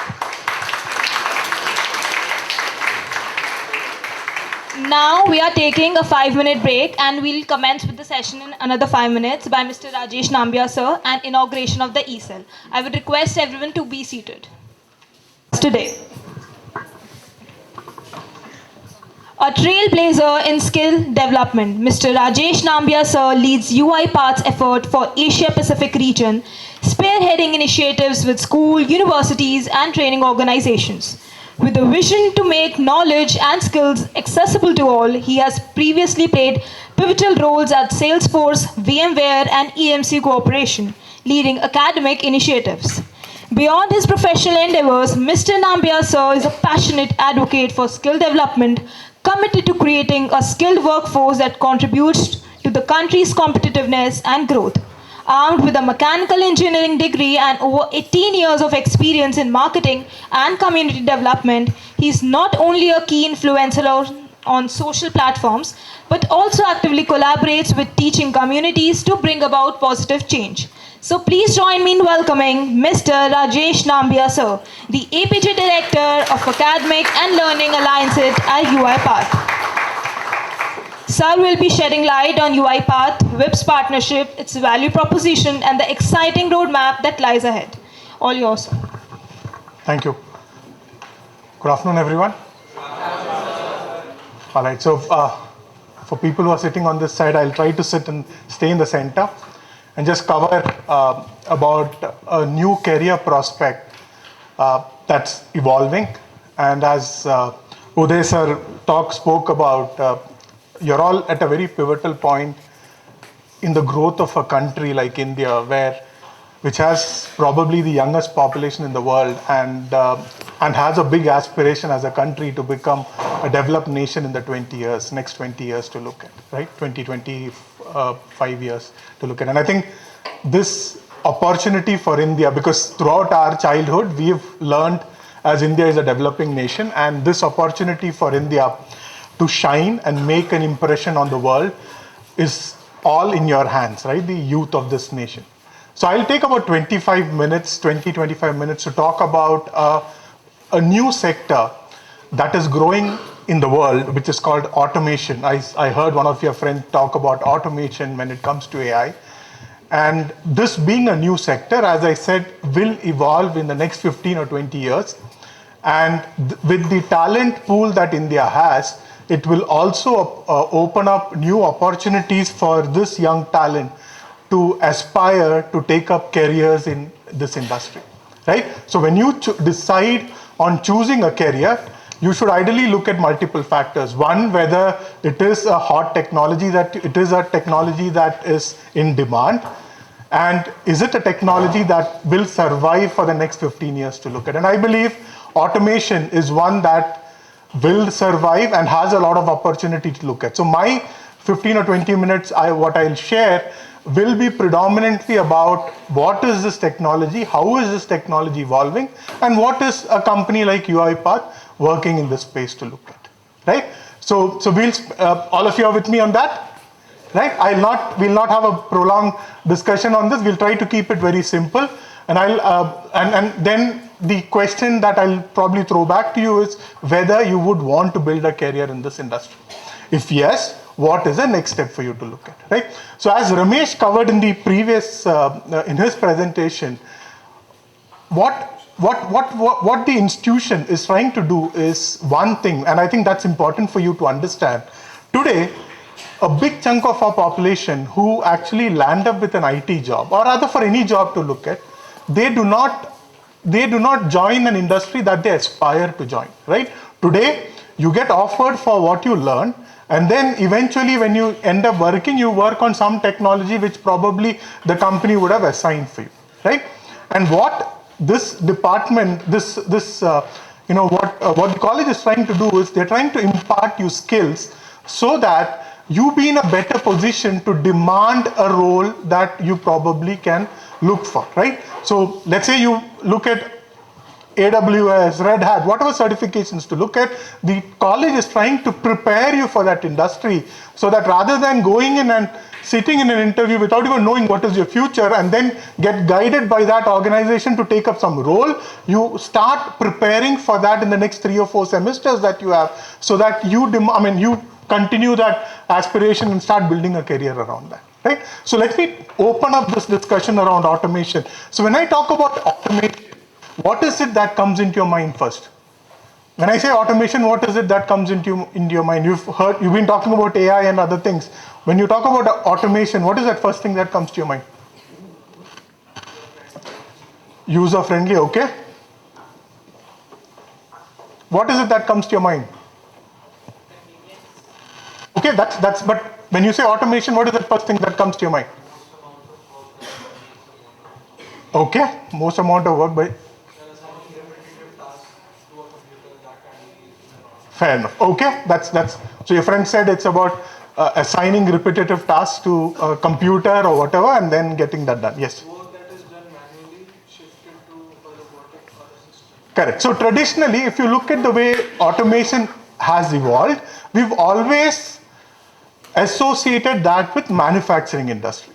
Correct. Today, most of the cars that come out are very few people actually work on it. The paint work, everything that you talk about is done by robots to look at, right? So automation historically has been associated with mechanical engineering or manufacturing segment to look at.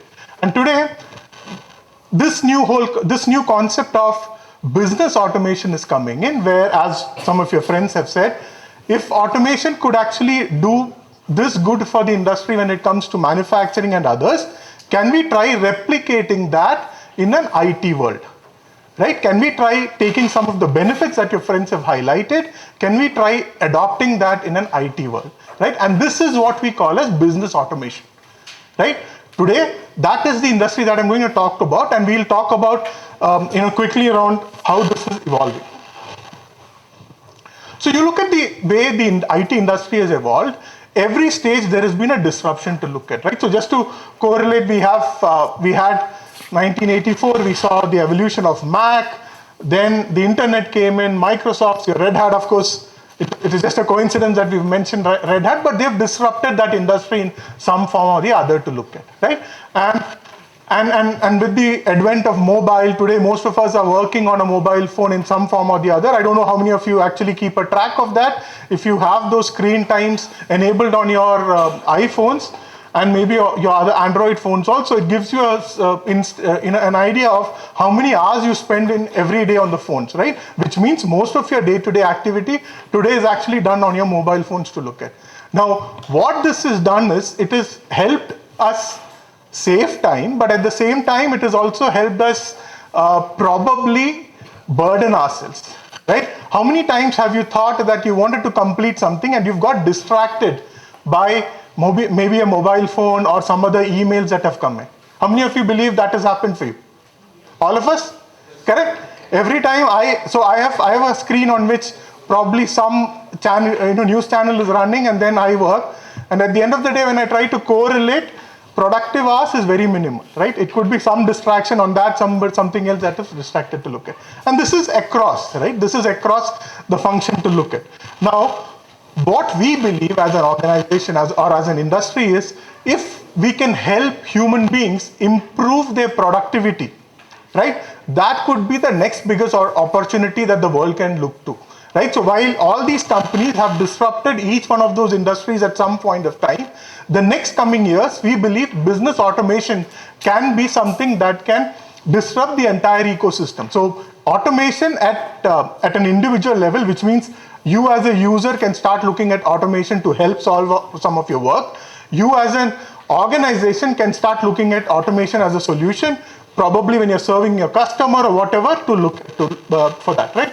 And this is, again, as I said, if you look at today in an enterprise, the problem with most of these organizations is they've built so much of layers of applications on top of it. For somebody to work on that, it becomes even more difficult, right? So I'll give you an example for us, right? So for example, when we get an application on our website, so somebody goes to our website and fills in an information, it first goes to Salesforce. We have to qualify a lead, and then the sales guy has to make, or somebody from our team has to reach out to that institution. He has to track the conversation, and then post that, he has to raise a request to send an email that welcomes to them. And when you welcome a partner into the program, we also have to create a unique ID. We have to get them access to the web portal. We have to talk to we have to schedule tasks for the educator for them to complete, right? And all this is all manual job all this time, till this time that people are doing. And there are ample number of things that happen. And again, the problem for us is we're not using one single application. We're using Salesforce for CRM, we're using some other application for building the certificate. We're sending it out from an email, platform, whatever, to look at. And there are multiple platforms that we use to actually look at. Now, this basically means, again, you have to talk to each one of them to look at.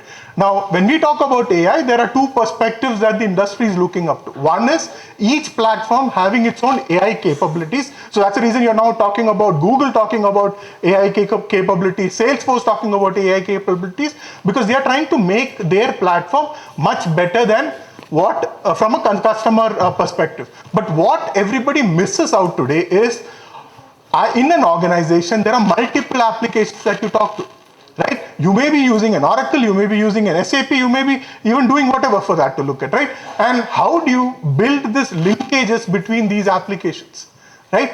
Traditionally, this has been done by human beings who've been going to one platform, he's going to the other platform and trying to do that, right? And this basically, as somebody said, frustration or things, right? Keeping it, and I think Mr. Uday covered that in his initial remark, where he said, When you are happy, you tend to innovate. Now, this has been one of the primary reasons for employees being unhappy as well, right? Today, when I look back at some of our times, I mean, previous times, the amount of unwanted work that we do on a day-to-day basis is humongous. Maybe talk to your professors, right? A lot of your teachers here have been hired to deliver or mentor their students, but if you ask them what do they do on a day-to-day basis, you'll actually hear from them that they've spent a lot of time on unwanted documentations, unwanted tasks which are not even relevant for them to look at, right? Now, how do we save the day for them? How do we make it easier for them? As Mr. Uday mentioned in his remark initially, what this will all lead to is this will allow human beings to use what is their core strength, which is their intelligence. And if you're able to use our intelligence to the best possible way, I think the opportunity for us to innovate and contribute to the country or to the world is much higher than to look at, right? And this is what every organization believes. Today, every organization believes that their employees are spending more time doing less productive things, which means they are losing a lot of time because of disengaged employees to look at. Now, what is the solution for this problem? And the only solution that the industry is looking up to is automation, business automation, where we could bring in the power of what we saw as in the form of software robots, which can work on your machines and take up these tasks for you. Now, UiPath is a pioneer in this space. We are leading this enterprise ecosystem called business automation, where we help organizations build software robots and automate most of their tasks for that to look at. Right? So that is what we are. We are a company originally from Romania, but today we are listed in the US. We are close to about $1.5 billion. We have about 40,000 people who work for UiPath ecosystem with multiple service companies, and all of them actually take care of the rest of the world to help for this thing.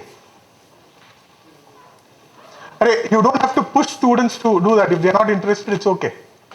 Right? See, as I said, you've all promised you'll give me those 15 or 20 minutes. I'll try to quickly cover this and probably do that value proposition for you to look at. So I just want you to spend 2 minutes on this video, which talks about what is the power of automation, so that it gives you a good insight into that. So let me quickly run you through this video.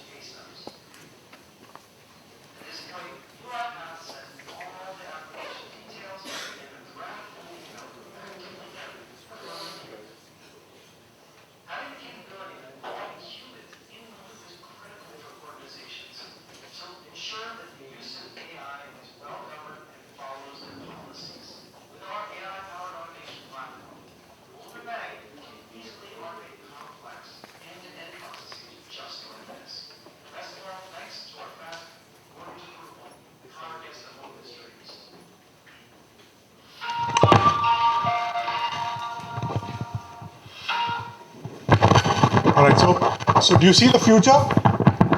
Yeah. So this is what we believe could be a handshake between a software robot, generative AI, your specialized AI capability that can probably help reduce workload for humans and take out most of these things, right? So there are multiple capabilities that we have built on what we call as as our business platform, where we help organizations discover, automate, and operate this, right? So these are things that you can probably learn later, but this is how. So all that handshake that you saw was different product capabilities that we had in this, which things like document understanding, which was reading the the application form and filling up those informations for you to look at, right? And this is evolving. You will see this grow for that. And what we're also seeing is there are a lot of other companies that are also building this. So we've not just built it for UiPath, but we also have other tech companies that are building together with UiPath. So you have, when Google gives out their cloud solution, UiPath is also one of the solutions that the customers can look at, right? So it is, as I said, it is not an inbuilt AI technology, but it is a technology that can work across platforms. And this is the power of automation that people are looking at. Plus, we have a big network of GTM, our customers in India, our partners in India, like your TCS, Wipros, who actually service the world sitting out of India. The reason I said, if you have to look at a job that can probably give you a visa or a passport to the world, the reason for this is primarily because most of the capabilities in terms of servicing the world is actually done from India.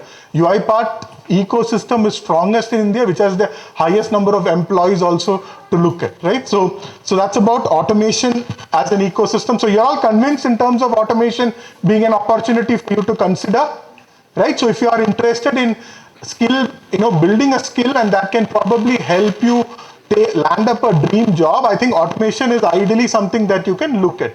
Now, what is the current status, right? While on paper, this technology looks very strong, this technology can disrupt the world, one of the biggest problems that every organization today faces is lack of talent, right? Organizations are ready to invest on the product, but one of the biggest places where organizations are pulling back, saying, I'm unable to probably consider this, is lack of talent. So this is a study that we did with about 500 CIOs across APJ, where majority of them said they are ready to invest on the technology, but where do I get this talent from, right? My current talent is so costly for me to actually look at that I'm unable to probably pay him or her. And then what is the next alternative for us to look at? And majority of them came back saying if they had an opportunity to hire fresh talent, they'll probably work on nurturing them and helping them, be integral part of the ecosystem to look at. Today, and this is from LinkedIn, so if you take the talent pool, so there's something called as a job report in LinkedIn, and this was done last year, but I'm sure the numbers would have gone up. What you realize is out of maybe 150,000 people, 150,000 people who work globally around automation, 60-70% of them are actually based in India. And most of them are serviced from India, and out of the 6 cities that we have, you have all the metros being covered in this, right? And all the global GSIs, starting from Accenture, our Indian-owned companies like Infosys, TCS, Wipros, all of them, including the global GSIs like Accenture, EY, Deloitte, all of them are servicing the world sitting out of India. They see automation as a big opportunity because every country is looking at investing in automation for that. Do you know which is the country that is struggling because of an aging population? Japan. Japan, coincidentally, is one of UiPath's biggest regions also because they are heavily investing on automation. And fortunately, we have a lot of Indian folks who are actually doing this automation for most of these companies there, right? And they see a big value from the automation sector to look at. Now, what are the different types of role today? And this is again an estimate of salary from the internet that we have taken. Now, there are about 5 or 6 roles that we talk about. So we have a RPA developer, we have a solution architect, we have business analyst, and then we have other project management related roles that are there. And each one of them actually are, getting significantly good salary compared to others in the ecosystem to look at, right? So again, when I said skill-based hiring, this should be your aspiration in terms of what could be your next step, right? Let me get the skill that is required, and then if UiPath can create an ecosystem that can probably help me connect to jobs, I think you will probably be in a better position to do that. Now, what are we trying at our level? And we believe this is an opportunity not just for India, but also for UiPath to grow. So one of the things that we have done across the region is to invest in the demographic dividend that India has. And we've partnered with about 1,000 plus colleges in India. A lot of them are teaching UiPath at multiple levels, right? So just go back to what Ramesh mentioned earlier. See, there are two things that a new skill can probably give you. One, it can, if you are interested in building a career, you could actually land up in a job related to that industry, right? So that is one aspect that is there. Second, if you probably, I mean, if you don't get into that industry as well, and majority of the studies show that most of these individuals who get some of the industry certifications or who have completed an industry recognized course have a better opportunity to find a job or probably lead a project internally to look at. So whatever skill you acquire in the next 3 or 4 months time could, of course, it will shape your career, not just in the job role that you want to look at, but also from a career perspective to look at, right? So what we are trying to do here is we have a 4-pronged approach to building this ecosystem. Now the college can just be an facilitator for you. They've created this session. I don't know how many of you have heard about UiPath before this. None of you, right? So college can just open the doors for you, but I think what is needed beyond that is for you to grab it. And what we have tried to build for you is an ecosystem that you can leverage for that. So first thing that we have done is we've aligned with government bodies. So Government of India, under their skills, top 10 skills that they believe India can actually shine, has listed robotic process automation or business automation as one of the skills to look at. Now they've also listed those 4 or 5 jobs under the national skill qualification criteria, which makes it easy for somebody to start acquiring their knowledge to look at, right? So we have that. We've been doing. We've also been setting that ecosystem for us to look at. Second part is the government has facilitated. The next thing what we have to do is who's going to do this, right? And who's going to do this, but who best can actually do this in this ecosystem today are educational institutions that are nurturing young talent for India. Yeah, the institutions where our country's future actually relies. So what we have done is we have been working with some of these institutions at multiple levels. So, for example, if you were to ask me what is the immediate opportunity for me to look at automation, I'll probably give you a simple answer. One is use it as a life skill.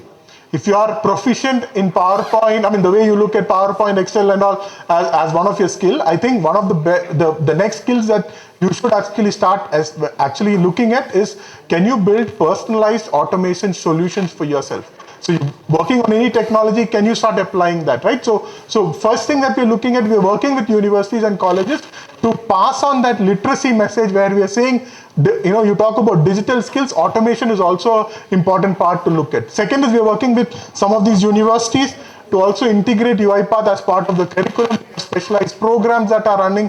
So we have Bennett University that has it's called a micro specialization on automation that they are running. And all this is to nurture students to build that interest for that. And what is important out of this ecosystem for us is also to connect to jobs. So let's say you complete all the requirement, you have all that knowledge that is there. What we also do is we connect institutions like yours with who have talent, who are capable of delivering these training to organizations in our ecosystem to start looking at these universities or colleges for hiring, right? And as I said, skill-based hiring is what we focus on, where we believe, if you have the right skills, you should ideally be able to find an employment opportunity to look at. We also have industry partnerships. So we are not the only stakeholders who have their skin in this game.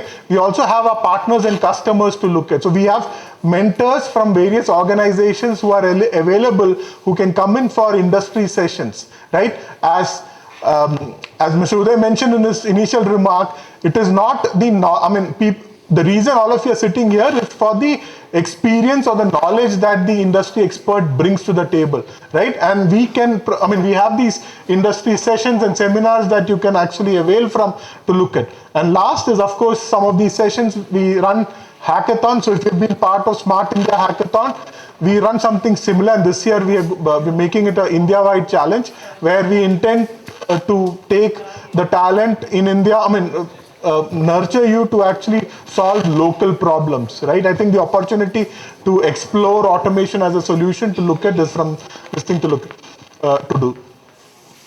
How do we do this? We work through a program called Academic Alliance, UiPath Academic Alliance, where we help you build the skills. We help you align so primarily we train the trainer, or we bring in an external trainer to support that ecosystem to look at. We help you complete all the learning requirements. So if there is a project-based learning that needs to be completed, we help you build that. And then post that, we look at connecting you to industries for internship that can help start your journey in that ecosystem to look at. And just these are some of the benefits of the program. I'll probably just run through that. Again, the value, again, what you need to understand is the reason every industry is coming to academia is not to, this is not a revenue source for most of the companies, right? Everybody comes to academia because the talent has to be nurtured from here, and the final beneficiary would be that ecosystem that supports that, right? So any company that comes to you to position a technology, what you should understand here is it is not there, it is that ecosystem that benefits from students acquiring those knowledge to look at, right? We also have some of these universities across APJ, including the premier ones, almost every college in Singapore. So when I joined 5 years back, I had this struggle when I used to go to a professor in India and tell him, sir, I represent a company that works in robotic process automation. The first reply from that professor would be that, okay, go to mechanical department, right? And the only company that was very progressive and that was already doing a lot of work in that space was Singapore, right? Singapore was very proactive to actually teach this to the students. Today, automation is part of not just IT program, they teach it to accounting students, they teach it to finance students, they teach it to legal students also, because legal is also a very integral part of that ecosystem to look at, and the multiple other schools that are there. So you have NUS, NTU, and all the universities there, including all the polytechnics there that teach this program. In India, we have, as I said, we have about 1,000 colleges. Majority of the colleges are active. All of them are building that building that talent pool for us in some form or the other to look at, right? So I'll probably leave it here with the closing remark that I hope I've been able to open up the opportunity of automation for you, right? And given the time constraint, I think whatever time I had, I've probably used it to the best purpose and have been able to set that expectation for you. Now the college will open the doors for you. As I said, if you are interested, as a next step, the college will take lead. They'll help you set up the center of excellence. They'll help you set up the capability within the institution to acquire all the skills. And then from UiPath, we'll come back again to connect you to that ecosystem to probably look for internships or for jobs at some point of time so that all of us can actually benefit. Okay? All right. Thank you so much.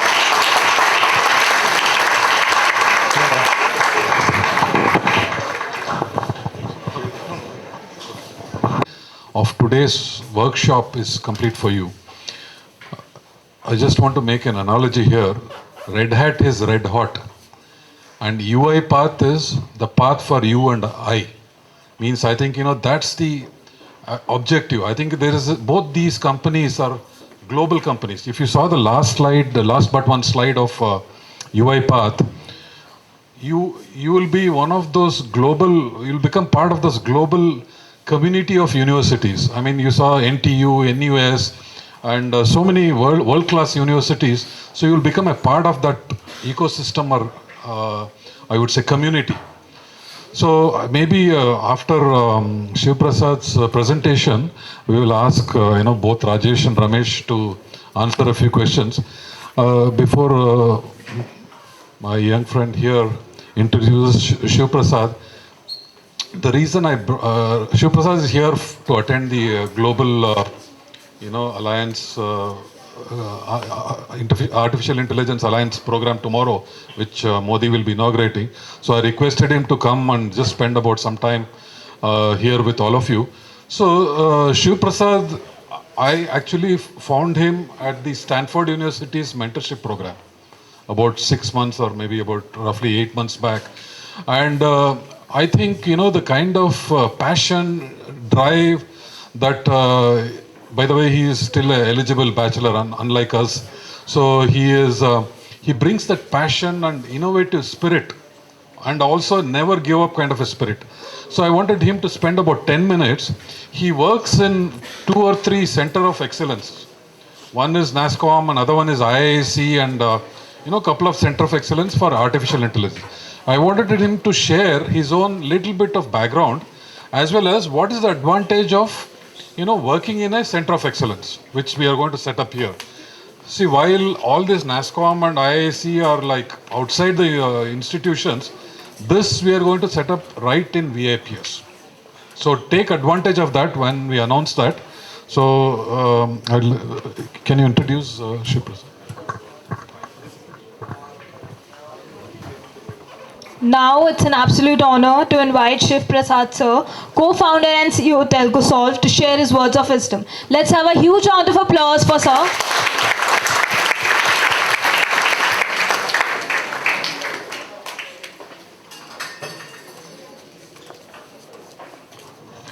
Can you all hear me? You can hear me? Hello. Can you hear me? Now? Is it better? Can you hear me?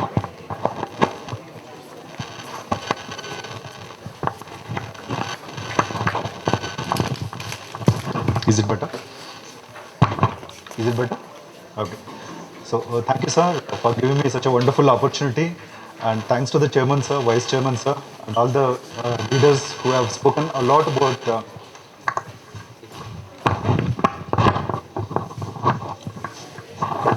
a lot in detail about the industry specifics pertaining to not only artificial intelligence but also the adjoining spaces as well. I'm not going to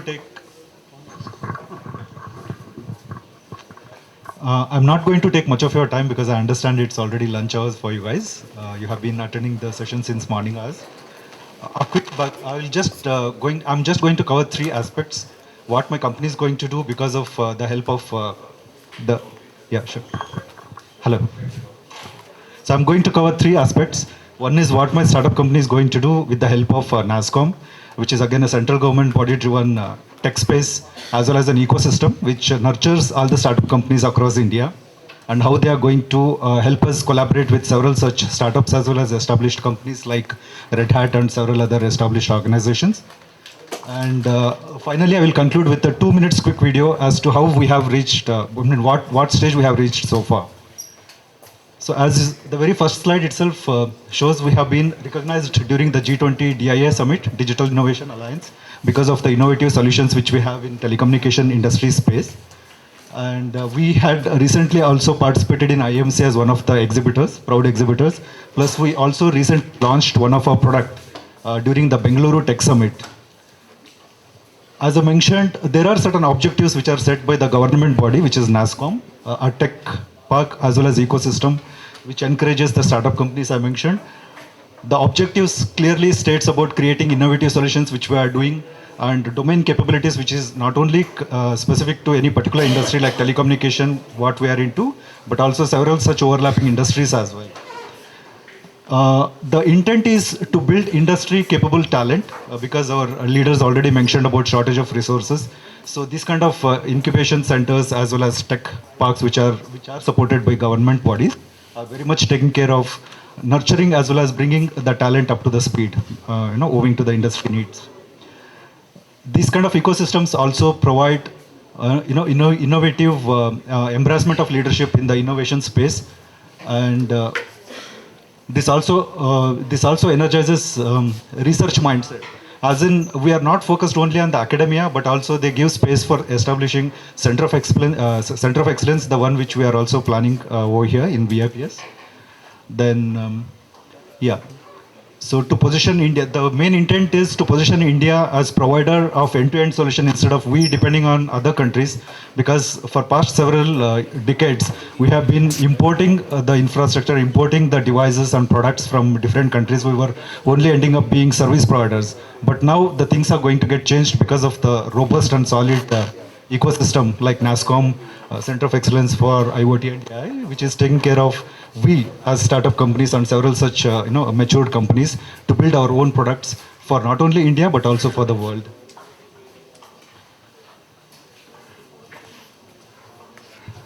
Okay. So if I need to focus our today's topic on IoT and AI scope, you can probably see there are so many industry segments. It could be the law enforcement agency for making sure that artificial intelligence is well governed by the responsibilities, well governed by laws of the land. And autonomous driving, which again heavily depends on the connected devices, IoT devices, which make sure that there are no haphazards when autonomous driving is given prominence in the automobile industry. Finance domain is again one such, because we have umpteen number of data, umpteen number of possibilities of fraud which can happen in finance domain. By making use of responsible AI and law enforced artificial intelligence domain, we can make sure that even finance industry specific domain is well taken care of. So there are several other industry-specific variants, like it could be manufacturing, your healthcare chip design, which is also getting a lot of boost in the recent times from the Ministry of IT and BT. Plus, needless to say, the industry which I represent, which is telecommunication industry. So this is just a quick snapshot of what the present ministry as well as responsible leaders in the ministry are expecting, which is a target of $5 trillion, which I'm also hopeful that it is going to be achieved by right set of people, right set of ecosystems, which we plan and also groom the talent up to the speed for the global needs, not only for domestic needs.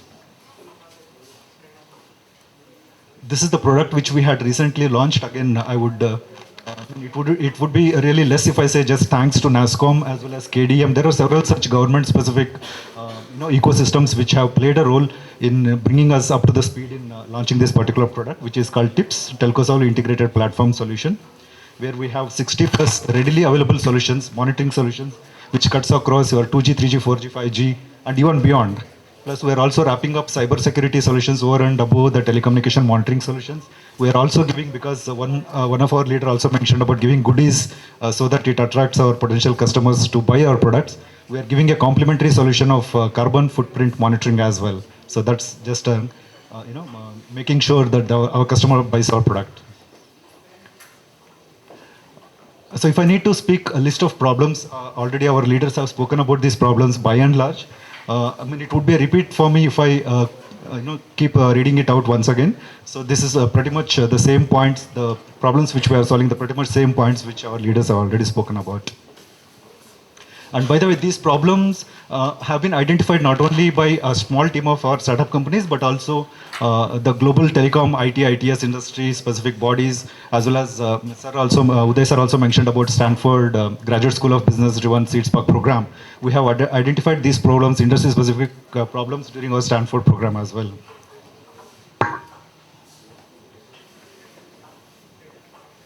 So that's it. Before I wrap it up, I just want to play one quick video that gives an understanding about where we stand right now from our startup company.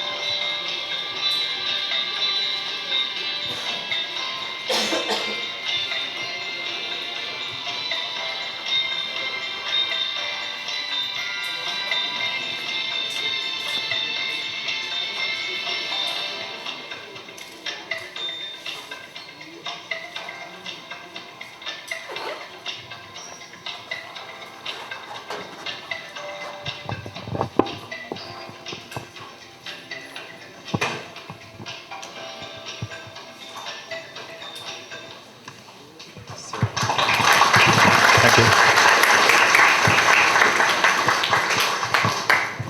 So, thank you, Shiv Prasad. The reason, see, people like Rajesh and Ramesh and all, they bring in years of experience, 20 plus years, that kind of experience working for global companies. So here's a live example of how you can achieve, and convert your idea into a real product or a real innovation. That is why, so it is sort of a complete story. And Shiv Prasad has been working, tirelessly. I mean, as I told you, I met him at the Stanford University's mentorship program, where he went through some kind of a graduation program for 6 months. And I found him to be excellent and, one of the brilliant ideas. So these kind of stories should inspire you to achieve, maybe convert your own ideas to real startups or real innovation and solve some problems. And also Shiv Prasad being, predominantly in the telco side, he will keep, traveling to Delhi and to meet his customers, as well as he himself has worked in Mahindra British Telecom. He was one of the, the engineering managers at MBT. So I would like him to, maybe visit and mentor some of you once the Center of Excellence is ready. So that was the purpose of bringing in Shiv Prasad. Thank you, Shiv Prasad. Thank you for that. He will be here in the afternoon, so if you want to spend some time as to how he set up and things like that, we'll be happy.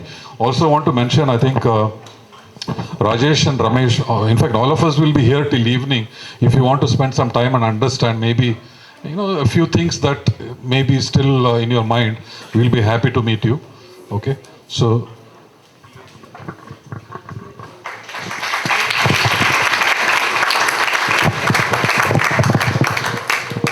Thank you so much, sir. We are truly honored to have you with us today. Now, it's a moment of pride to mark the launch of Entrepreneurship Cell at WIPS. I would like to invite Professor Dipali Virmani, ma'am, to share about the e-cell. Let's have a huge round of applause for her.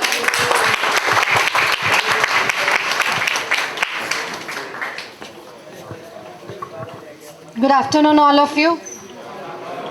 So everyone excited for the e-cell? So I have received the nominations from you people. The students have nominated yourself. The polling has been done. Few names are in my hand for the e-cell. And but before getting these positions, you people need to justify yourself for these positions. For that, we will be having a meeting with Uday Biji sir and the dignitaries at 3:30 p.m. in the same room with only the members who have nominated for themselves for the e-cell. In the meeting, you people need to justify your role. Like for example, if anybody has been nominated for the post of head of technical society, head of technical of e-cell, the person has to justify his role. You need to present your ideas, how you want to be how you are suitable for that role. For that, we will be having again one meeting again in this room at 3:30 p.m. And after the meeting, we will formally announce the formation of the e-cell.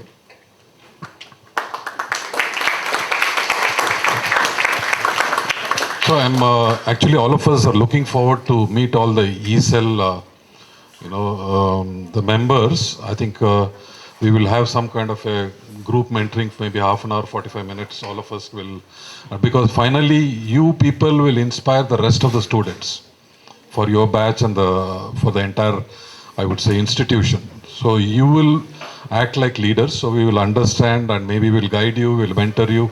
That's why we have a most experienced set of panel members to meet you. Maybe half an hour, 45 minutes we'll meet after 3:30. Also, now I want to just call Ramesh and Rajesh. I think, fantastic presentations by both of them. Maybe, come Rajesh. So, as we conclude, I just want maybe final thoughts on what is the difference between a certification from, come Rajesh this side, why I should go in for if my daughter was studying here, why should I recommend her to go for Red Hat certification, or why should somebody else go in for UI pass certification, or should we have both?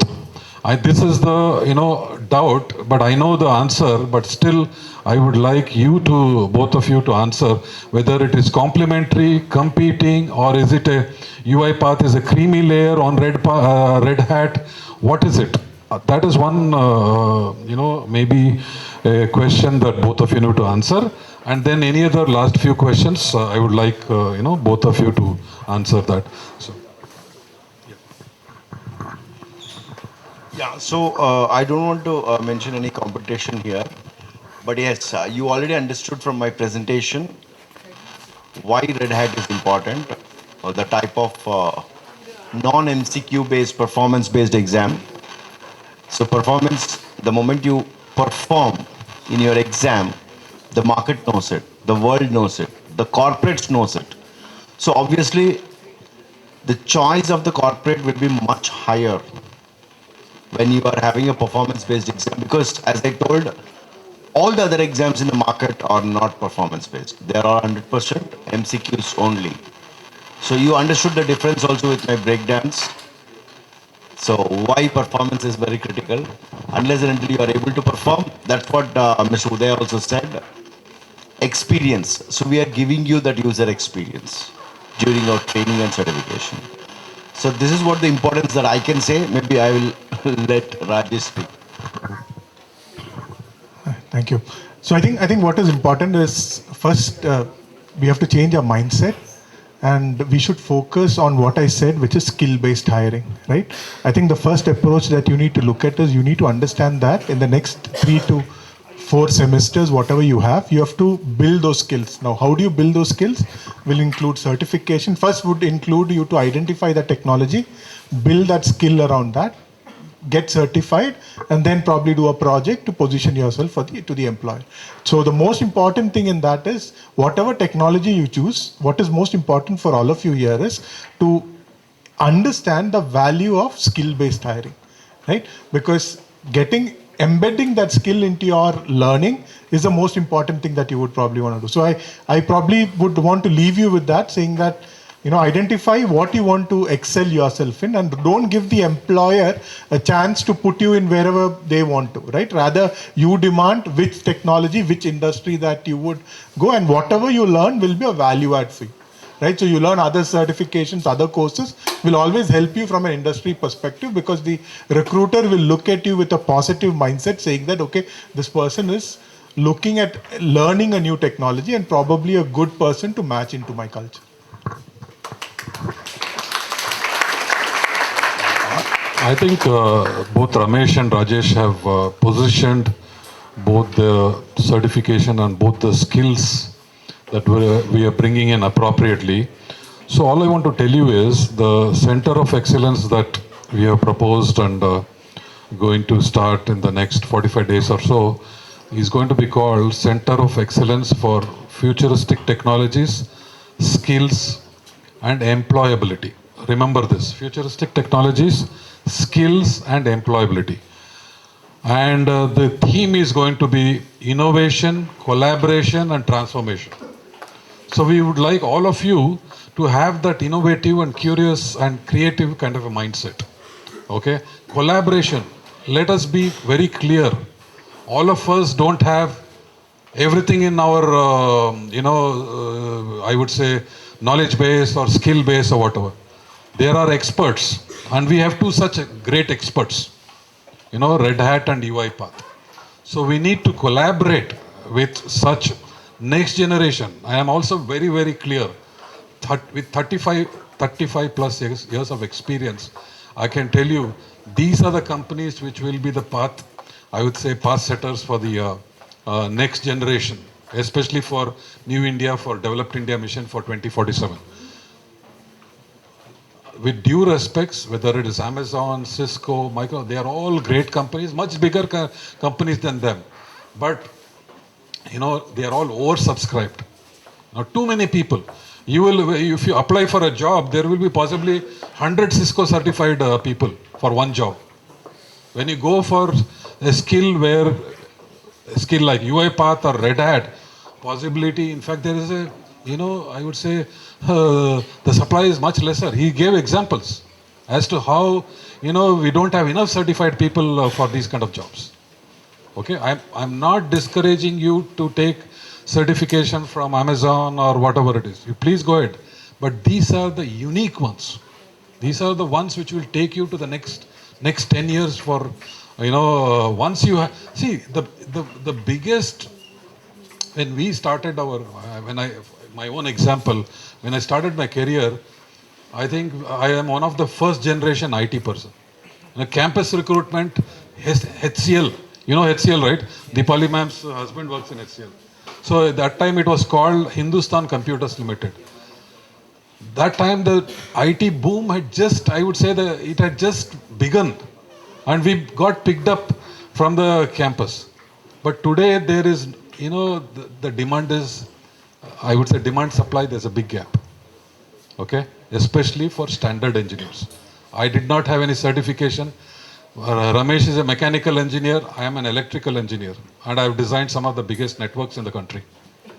So this is, I think, so the times have changed. Until unless you have that creamy layer of skilling with certification.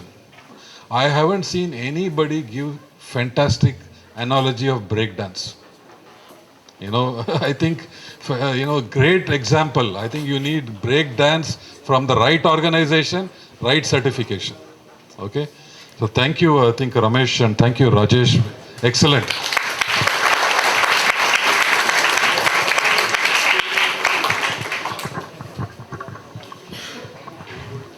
Thank you so much, sir. Now we open the floor for any questions. Do we have any questions on the floor for the experts?